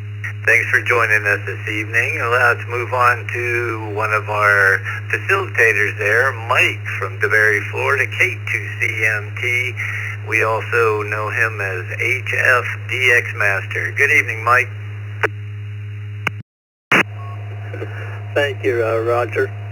Let me take a moment to give a shout out to Les, who just checked in a few minutes ago. Les is one of the fine gentlemen in the ham ECR family that I met when I first came into ham radio, and we haven't talked in a very long time. Hope you're doing well, Les. When it comes to antennas I built, the only one I ever built that worked was a J-pole dual band VHF antenna, and I followed kind of copied Ed Fong's version of it. It's got blown down and beat up a little bit, and I used what was left over as a guideline to build another one. This is Mike, K2CMT, back to Roger. CQ, CQ, CQ.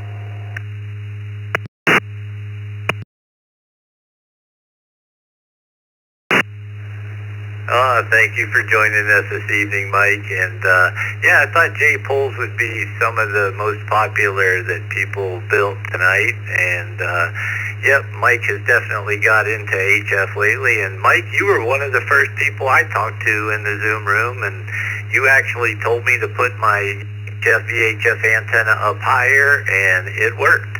Thank you for that, and thank you for all the years of Elmering.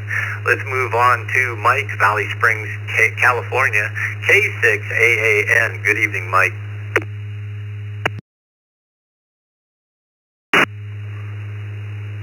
Well, hello there, Roger, and good evening to everybody on the net. My first antenna build was a copper J-pole. I remember that well. I still have it. Not up and working anymore, but it's in the garage and it is operational. Back to you, sir. Everyone have a great evening. This is K6AAN.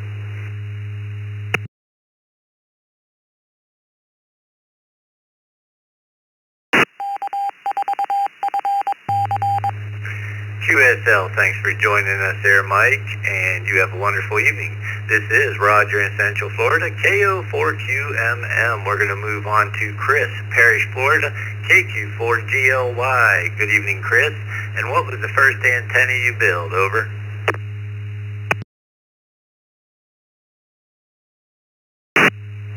Good evening, Roger, and everyone on the net. I have not built an antenna to date. Back to you, KQ4GLY.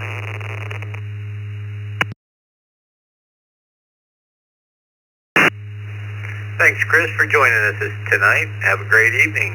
And thank you, Vicki, for the logging you do for me here. Makes it very simple. Let's move on to Easton, PA, KD3ATQ. Good evening, Jim. Good evening, Roger, Vicki, and Annette. Can't say that I built it, but the first antenna that I ever put into a tree was long wire. Back to you, Roger, KD3ATQ.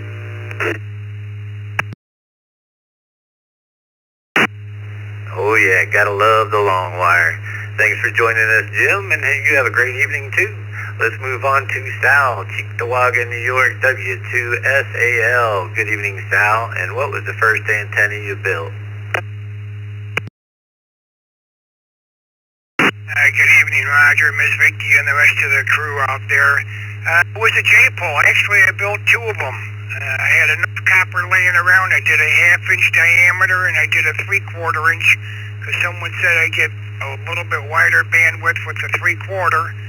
And that one I never quite finished completely, but we got the 1/2 inch up thanks to Dick, and everything works well.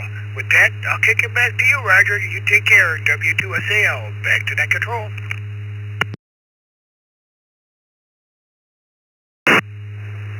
You take care too, Sal. Good hearing from you, and good seeing you in the Zoom room. Thanks for joining us. And another J-poll on the list. All right, that's it for 10 text check-ins. Now I'm going to send it over to my buddy W2BLT in Buffalo, New York. Go ahead, take it, Scott. Alrighty, thank you, Roger. I got to answer the question here before I forget. I've never built, I built an antenna before I built a ham antenna. I built a coat hanger television antenna. Everybody knows you got to have television in the shack, and I didn't have anything else to use at the time. I've still got it, and it works wonderfully. With that, let's take some radio check-ins. Anybody anywhere looking to join us, please call me with your call sign twice.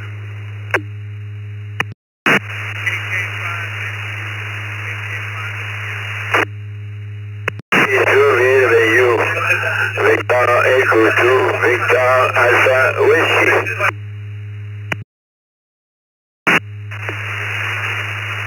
Kilo Oscar 4, Uniform Delta India. Kilo Oscar 4, Uniform Delta India.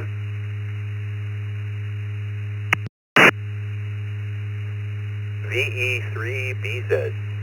VE3BZ.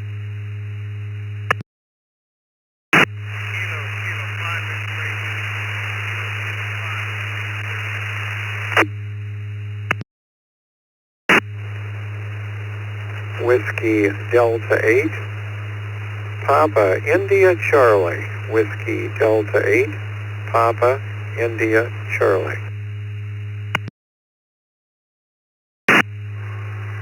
N0 MS November 0, Mike 0, 0. KD4, IP.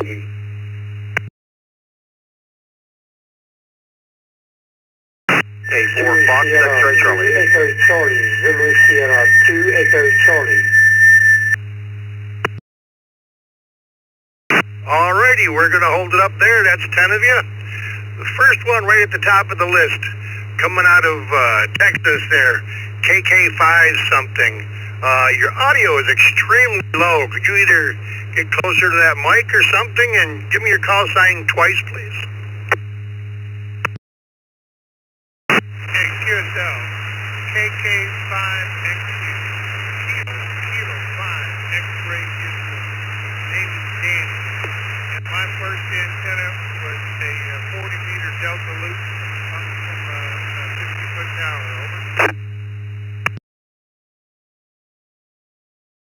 All right, I got that KK5XU, Danny and Conroe, and see who else we got here. We got VE3, VE2, VAW, Renee, it looks like, KO4 UDI, Ben and Duluth, 9Y4 DX Bertrand, VE3BZ Kevin, WD8 PIC Bob, N0 MSS Ross, and K4 FXD David.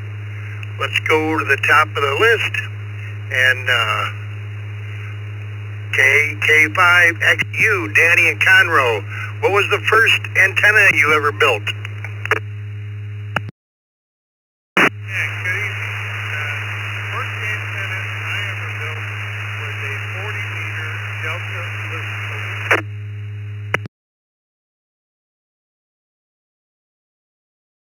40-meter Delta loop. All right. Very good. Thanks for joining us, and appreciate it. Next up, VE2 VAW. Renee in Granby, Quebec, Canada. Good morning, or good evening. Good evening to you too. My first antenna is about 40 years ago. Yeah, before I am amateur radio, I got Charlie Bravo, and my first antenna is a 6-element on 6 meters for listen some baby mic in the house around my house. With my scanner, I understand in the house around my home. After I made a 2-element in 11 meters, after I come amateur radio, I made 2 10-element stacking at 72 feet higher, and on the direction made with the coax repeater, 1-inch diameter, and I left the center 6 pouces past the end of the coax, and I made three rods at 6 pouces, and it's made a quarter wave on UHF. It's running really fine. Now I made 14 element on UHF and 4 element in VHF. That's it now. I made my matcher, or I made antenna about 40 years ago. To you. Oh, all right. Thanks. Appreciate you joining us from Canada this evening. Have a great one. Next up, KO4 UDI, Ben in Duluth, Minnesota. Good evening. Yes, good evening, KO4 UDI here. Thanks for letting me check in and running the net. First antenna I built was a quarter wave ground plane for 20 meters out of some monster speaker wire, and taped up to a 6 or 7 meter extendable fishing pole, and that thing works great. I still take it out and do parks on the air sometimes with it. I have gotten some pretty good QRP DX on it, so a lot of fun. Second antenna I built was supposed to be an NFED, and it did not work. I measured something wrong, it was terrible, so I'm just sticking with the first one, having fun. Thanks for letting me check in. KO4 UDI, back to the net.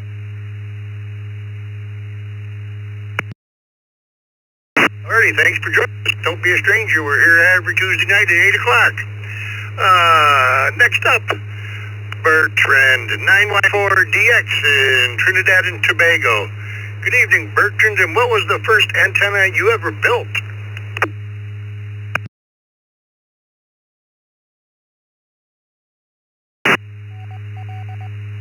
Oh, pleasant evening to net control. Scott, W2BLT. This is 9Y4DX. 9 Yankee 4 Delta X-ray. Still correct, the name is Bertrand, and I am in Trinidad and Tobago in the Caribbean. Well, let me extend a pleasant evening to all of the stations on the East Coast Reflector Tech Net this evening. It was a great pleasure listening to some of the comments earlier. Trinidad and Tobago today, we had mixed weather. We had some rain, and then we had a little bit of sun just late in the afternoon with some lightning and thunder during the rain. The temperature this time, 79 degrees. Well, with respect to the question, during my study for my amateur radio operator, I was shown to build an omnidirectional 2-meter antenna. And what was important is that my teacher told me to get some height. So I tried the top of my roof at the siding, and it worked. I was able to do Sysmex as well. So that's it from me. Back to you, Net Control, Scott. Whiskey to Bravo Lima Tango. This is 9 Yankee 4, Del Texas. Alrighty, Bertrand. Thanks for stopping by. Always a pleasure, my friend. Have a great evening. Let's go up north of the border again to Victoria Harbor. D3BZ. Good evening, Kevin.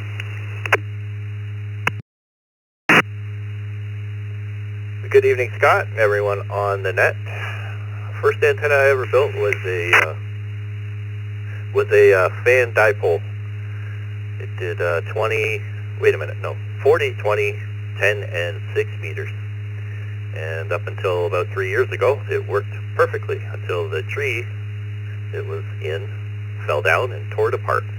So one of these days I'm going to have to rebuild it. And since you mentioned TV antennas, I also made one of those out of half-inch copper pipe, and it worked pretty well. Anyway, thanks, Scott. Back to you, VE3BZ. Man's got to watch television, Kevin. Thanks for joining us, and appreciate what you do for the system. This is W2BLT. Next up, WD8 PIC, Bob in Sylvania, Ohio. Good evening, Bob.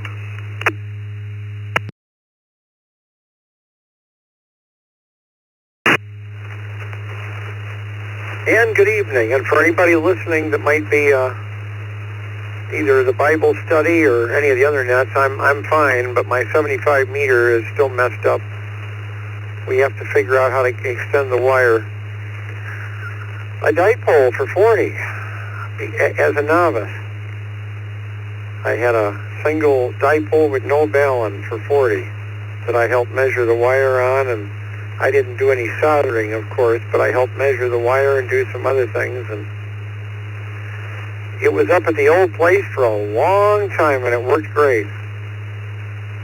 Connected directly to the coax with no balun, and it worked beautifully. Rain overnight and tomorrow, and maybe tomorrow night. Back to net control. WD8 PIC.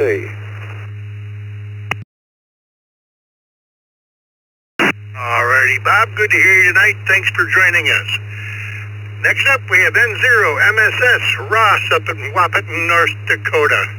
Good evening, Ross, and what was the first antenna you ever built?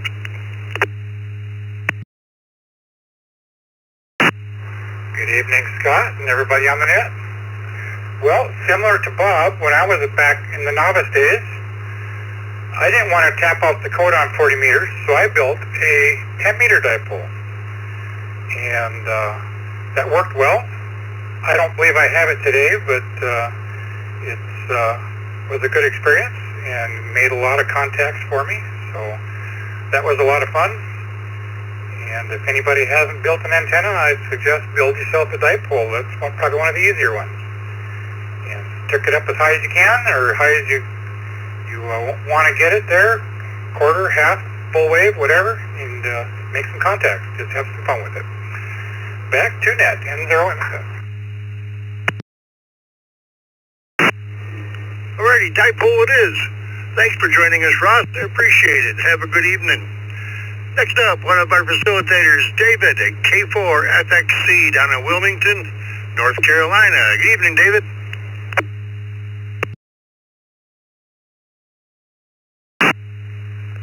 Yeah, good evening, everybody. K4FXC.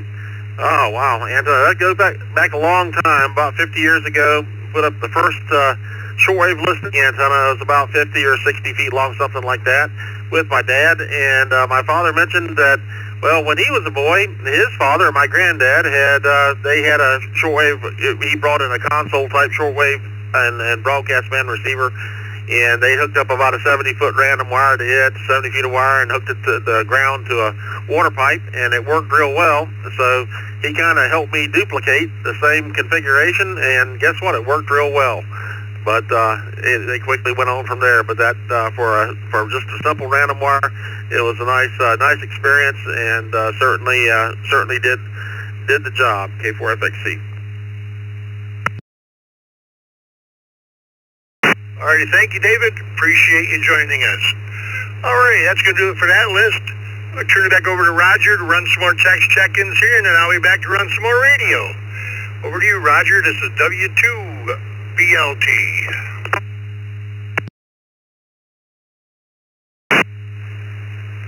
Why, thank you, Mr. Scott. That was a fine job there.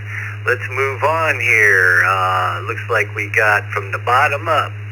VK3KEZ, Brian, Victoria, Australia. KD4QIP, Bart, Huntsville, Alabama. ZS2EC, Tom, Port Elizabeth, Cape, I think it, blah, blah, blah. Let's move on to KI5PMI, Bill, Hobbs, New Mexico. KE2EDS, Mark, Elma, New York. W2AJR, Andy, Cheektowaga, New York, and KA8BYU, top of the list there, Roy, Blaisdell, New York. Good evening, Roy, and what was the first antenna you built?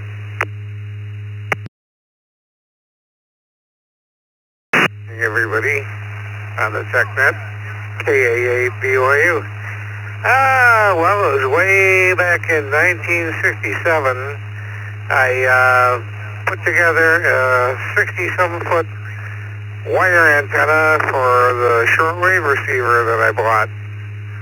Wired the coax to it and used that for a few years, and then made a few other dipole antennas as well.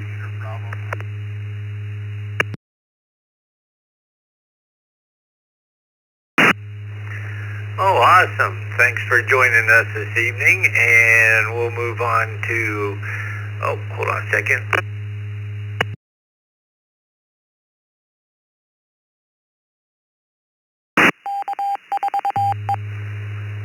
Sorry about that. I had to adjust myself there. Let's move on to Andy, Cheektowaga, New York, via text line W2AJR. Good evening, Andy. Good evening, Roger. First antenna that I made was a copper pipe J-pole, and it was a thing of beauty. It was the worst soldering job ever known to man, but it worked, and it's still working. I don't have it anymore. I gave it to a buddy of mine who was just starting out, and he's got it up, and it's still working. So there you go. And I want to apologize to Vicky because I was one of those lunkheads who texted in more than once because I didn't realize that you didn't get a text response after a period of time. So my bad. 7-3, Roger. We'll catch you later. Have a good week, everybody.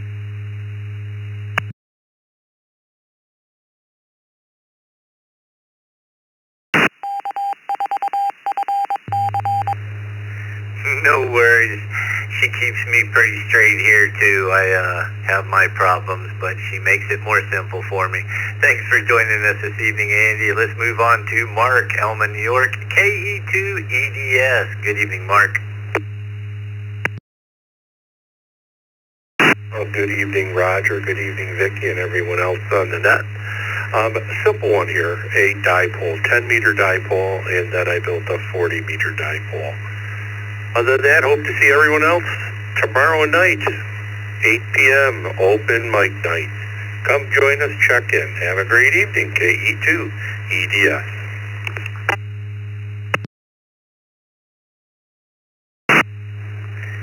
That is a fun time there. Open mic night tomorrow night at 8 p.m. I'm usually there. Thanks, Mark, and have a great evening. This is KO4QMM, Roger in Central Florida.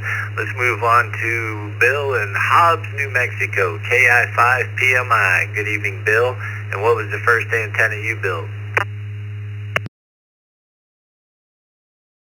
Good evening, Roger, everybody on the net.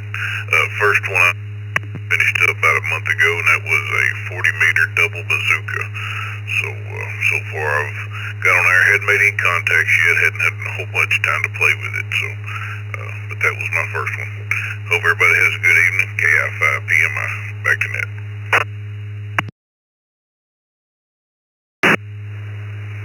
I knew somebody that had one of those double bazookas, and they used it quite often, so I do believe that's a good antenna, and thanks for joining us this evening. Let's move on to Tom, Port Elizabeth, South Africa. Good evening, Tom, ZS2EC.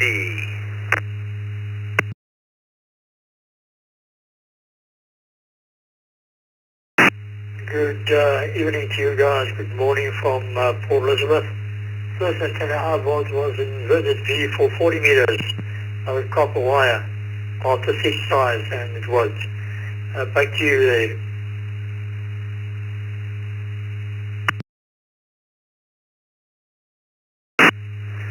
Thank you, Tom, for joining us this evening. And let's move on to Bart, Huntsville, Alabama, KD4QIP. Good evening, Bart. And what was the first antenna you built? Over.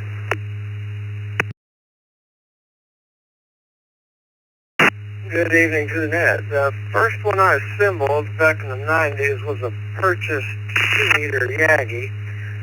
The first one I built from scratch was a dipole that I'm still using to this day. And on the TV side, the first TV antenna I built was from an old erector set, if anybody remembers those kits from way back when.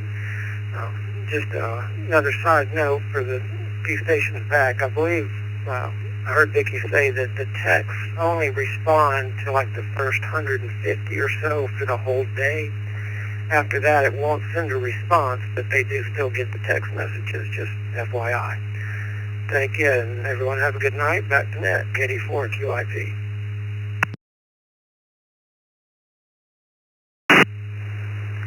Thank you for joining us this evening, Bart. And you have a wonderful evening, too. Let's move on to Brian, Cornelia, Victoria, Australia, PK3KEZ.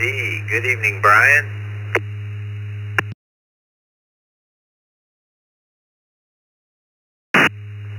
Good evening, all. Well, it's actually that close to lunchtime, it doesn't matter. By the way, on my QRZ page, I put how to pronounce Cornella. The first antenna I built was a G5RV to listen to the Morse code practice sessions from the WIA, Wireless Institute of Australia. Back to you.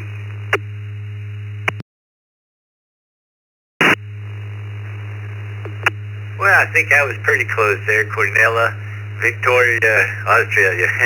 Thanks for joining, my friend. We got you down for dipole. And it's narrowing in, dipoles, long wires, and J-poles. All right, last on my list is Brian, Monticello, Kentucky, AC4BR. Good evening, Brian. And what was the first antenna you built, my friend? Hi, good evening, Roger, and Vicky and everybody on the net. I'm kind of listening in here in bits and pieces tonight. My daughter started her first soccer game, so that worked pretty good once they figured out what the nets were for. But anyway, 10-meter hand-stick dipole is my answer. And I'll turn it back to you, Roger. Y'all have a good evening. It's AC4BR.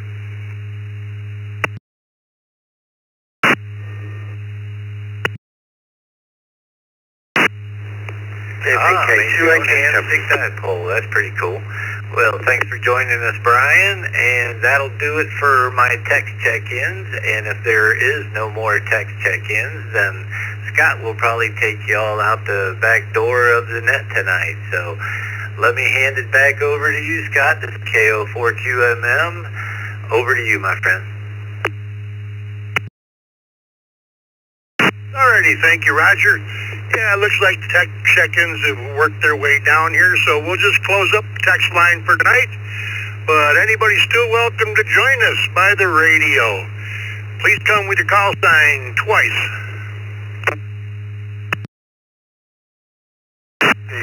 WK2 Hotel Sierra Whiskey. KO4CLD, KO4CLD. DPZ, VK2HSW, VK2HSW.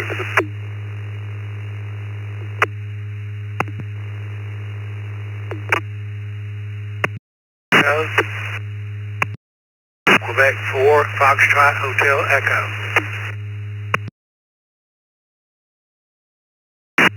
K7 FPS, K7 FPS. KJ5 IDD, KJ5 IDD. VA3 HLD, VA3 HLD.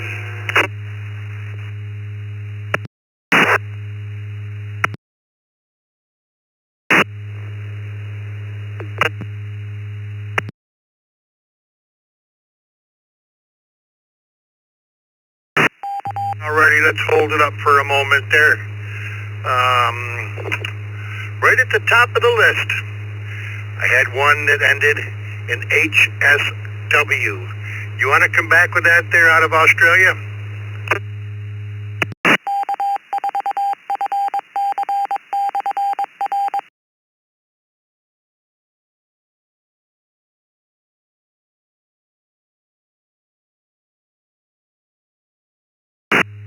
Well, with nothing heard, we had KO4CLD. Had a station, a 2 station that ended in DTZ. Could you come back again, please?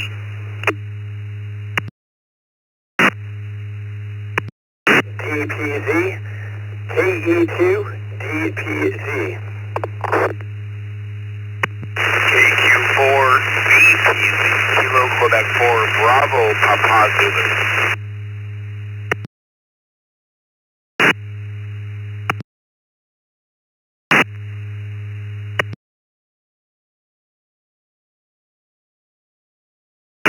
Bravo Papa Zulu. Okay, then there wasn't, let's see here who we got. Let me go from the top down here. KO4CLD, KE2 Delta Papa Zulu, VK2HSW, KQ4 FHE, K7 FPS, KJ5 IDD, VA3 HLD, KQ4 Bravo Papa Zulu, KQ4. Is there anyone else that we missed in there? Please come now.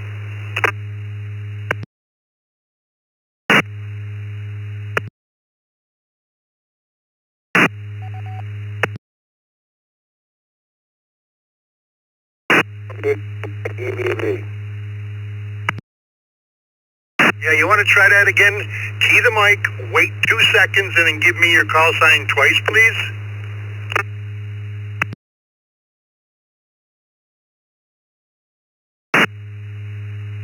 This is Whiskey 9, Echo, Bravo Bravo, W9 EBB.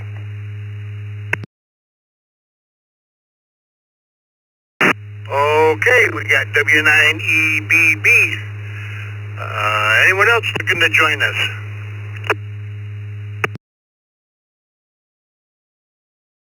KJ5JNJ, Kilo Juliet 5, Juliet November, Juliet.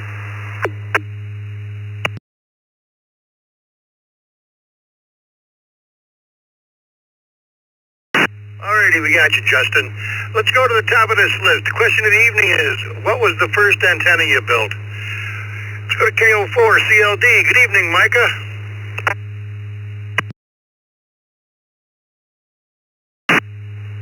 Good evening. Well, I don't think I really built it. I mean, other than taking it out of the packaging and putting it together, I think it was a Comet antenna, but I haven't gotten into much antenna building. I need to. I should when I get spare time. All right, KO4 CLD, back to net. Thank you, Micah. Appreciate you joining us.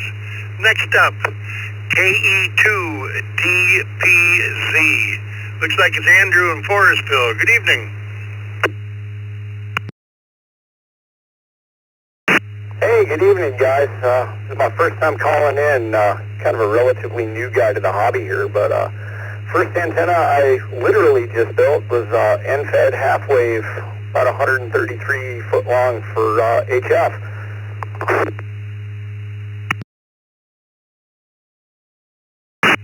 Alrighty, Andrew, end-fed it is. And looks like you don't have a public email on QRZ. If you put one in there, I'm sure you'll get a welcome letter from us explaining what the system's all about. And don't be a stranger. Thank you for joining us. Next up, VK2HSW, Austin in St. Leonard's, New South Wales, Australia. Good evening.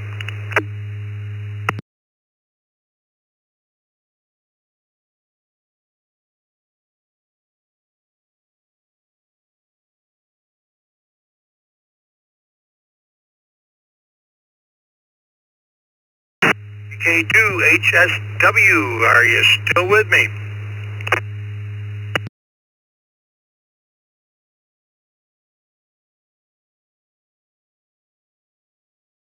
Moving right along, let's go to KQ4FHE. Pat down in Harvest, Alabama. Good evening. Good evening, Scott, and everybody else on the net. This is KQ4FHE. About 45 years ago, I built a 2-element cubicle quad that worked on 10, 15, and 20 meters. I used cane fishing poles for the spreaders, and the little antenna worked pretty good. 73 to everybody. Back to Scott. Pat, that was a 2-meter what? 2-element cubicle quad.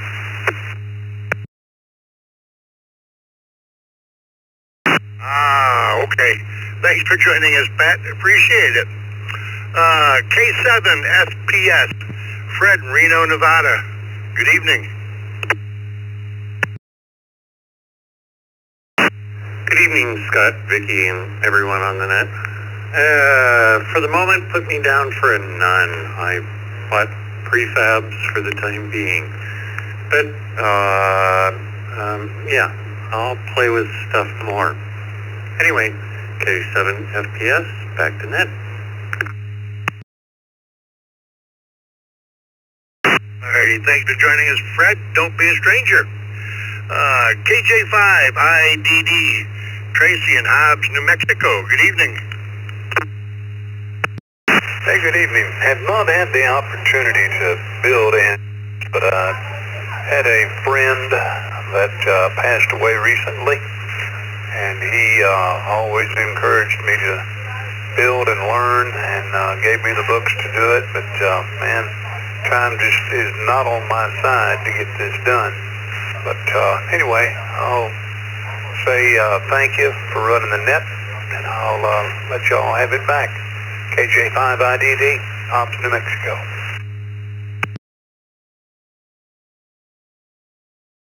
Alrighty, Tracy. Well, good luck, and I would say open that book, look for the easiest antenna in the book, and build that. Can't go wrong that way. Have a good evening. VA3HLD, Ron up in Scarborough, Ontario, Canada. Good evening.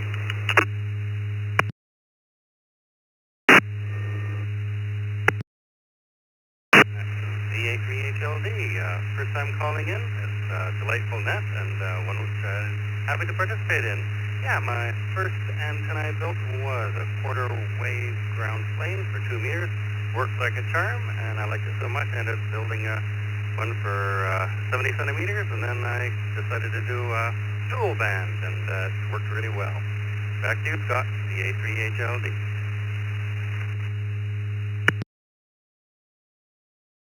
There you go. I'm glad it worked for you, and yeah, stop by again. We're here every Tuesday at 8 o'clock. Appreciate you joining us. Next up, at KQ4, BPZ, Ralph in Miami, Florida. Good evening.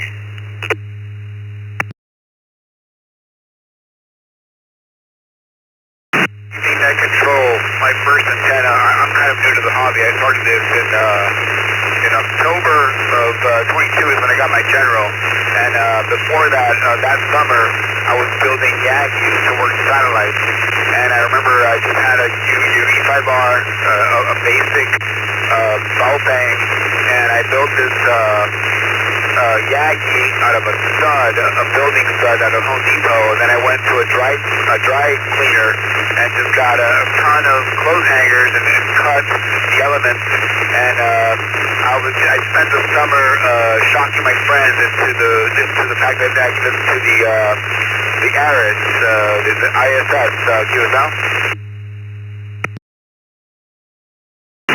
Oh yeah, sounds good.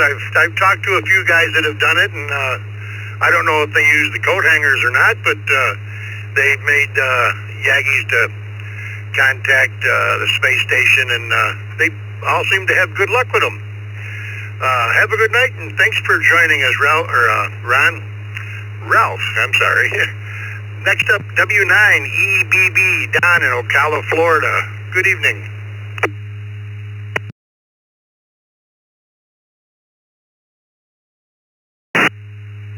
Well, good evening, Net Control and everyone else in the net. Hopefully everyone is doing well. The official answer to your question is when I built my very first radio from scratch, that's when I built my first antenna from scratch. And that was called either a trench radio or a foxhole radio for those who can remember those. I mean, yep, used a toilet paper roll, line the copper, oxidizing parts, and using razors and pencils and all that kind of stuff to build radios back then, just to learn how to build a radio. As a brand new tech, I haven't officially built an antenna yet. I purchased one and slapped it up against the house, you know, but I'm studying for my general, and I do plan on building my own dipole. So there's your answer to your question. I'm probably the only one that would say foxhole radio, right? I bet you I'm correct on that. Anyway, have a blessed day, everybody. 73. Thanks for running the net, sir.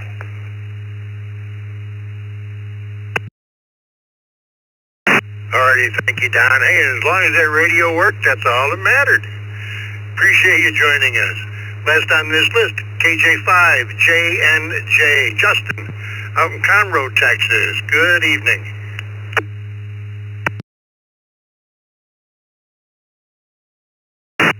Good evening, sir. Thank you very much for doing the net and for taking my call. KJ5JNJ, I'd have to say that my first homemade antenna was an inverted V dipole. It was supposed to be an 80-meter antenna. I don't even know why. It was a big mistake and a fail. And I was told that you have to fail at least once, you know, in something like this to get it right eventually. And so I think that's why I did it. But I mean, honestly, it wasn't on purpose. But I was targeting the wrong part of the band, and I had the wrong length and everything. It was all messed up. But that was my first one. And then I did a 10-meter. After that, I thought, let me go a lot smaller. It should be a lot more difficult to screw up. So I made me a 10-meter, and that was very successful. It's still in the tree, and I'm about to hook up to it again. Thank you very much. Back to Net Control. There you go, Justin. You have a good night, and thanks for joining us. This is W2BLT. Let me give one more quick shout-out. Any stragglers there? This will be the last call for anybody looking to join us tonight. Please come with your call sign twice. November 7, Oscar Victor Echo. November 7, Oscar Victor Echo. KB3 VPK, KB3 VPK.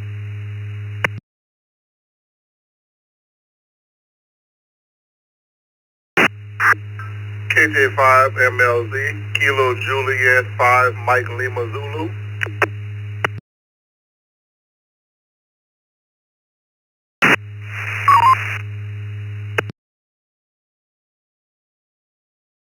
N6QDY, N6QDY.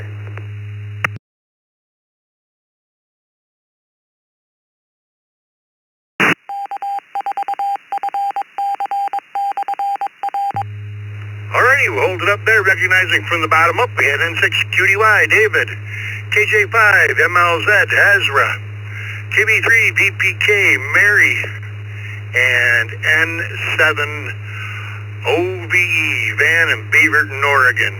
Good evening, Van, and the question of the evening, what was the first antenna you built? By the way, just wanted to mention that.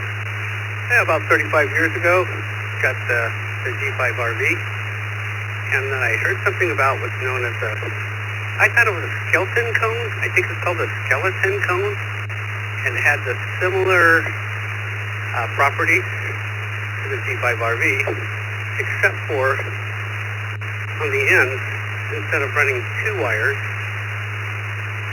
to each side, you ran 4 wires. It's supposed to give you a double angle of radiation. I ran that for about 40 feet high, and it was a well-built antenna. No problem with that. Has anybody heard of that skeleton antenna?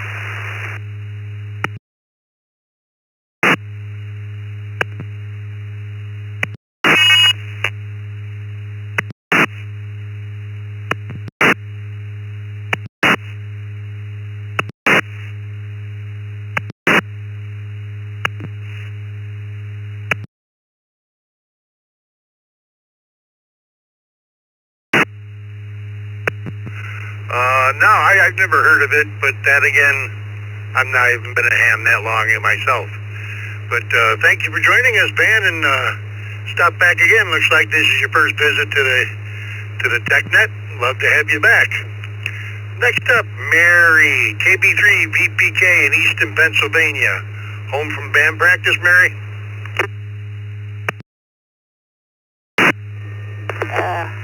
We're on a little vacay. Summer season's over. Waiting for Christmas stuff to start up. So we're on a little break. But yeah, I built a 2-meter ground plane on an SO239 with little radios on the end with a coat hanger. That was my first antenna. Back to you, Scott. KB3 VPK, Easton P. Thanks, Mary, and I gotta ask you, how did it work? All right? Yeah, I used it for a year or so till I got something else, and it worked pretty good. And then I got a GP6 to take its place. There you go. I strung a random wire out of my side window here when I got my general license and got an HF radio. Figured that would do for a while, and guess what? It's still there a few years later. Have a great evening, Mary. Next up, KJ5, MLZ, Ezra. Looks like you're new to the system, fella, from Belle Chase, Louisiana. Good evening.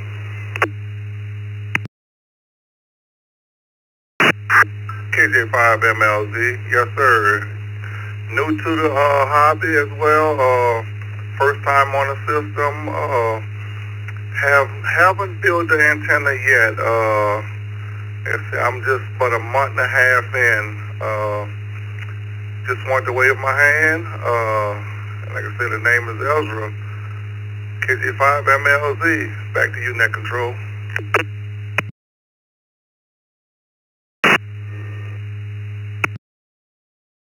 Well, welcome, Ezra, and If you make your email public on QRZ, we'll get you a welcome letter out. It'll explain all about the system and what we do, and very interesting. Have a great evening. Next up, and the last one for tonight, N6QDY, David, out in Sacramento, California. Good evening, David. Hey, good evening, Scott, Vicki, Roger, Dick, and everybody on the net, and everybody in the Zoom room, N6QDY. Yeah, like Mary, I built my first antenna years ago with a quarter wave out of SO239 coat hanger, and I had to bend the radio or the ground plane down 45 degrees and the whole 9 yards, and that was kind of fun. But that's about it. Hey, thanks for doing what you do and for staying up late for us over here on the West Coast. Back to you, Scott. Take care. 73 M6QDY. Alrighty, thanks, David, and sleep because 4 a.m. comes awful quick. Appreciate you joining us. And appreciate everybody that stopped by tonight, whether you had a question, an answer, or just stopped in to say hello. For Dick, WB2JPQ, Roger, KO4QMM, and Vicky on the log tonight, KE8PKY. This is Scott, W2BLT, wishing everybody a great evening. And we'll see you next week, 7-3. This is W2BLT.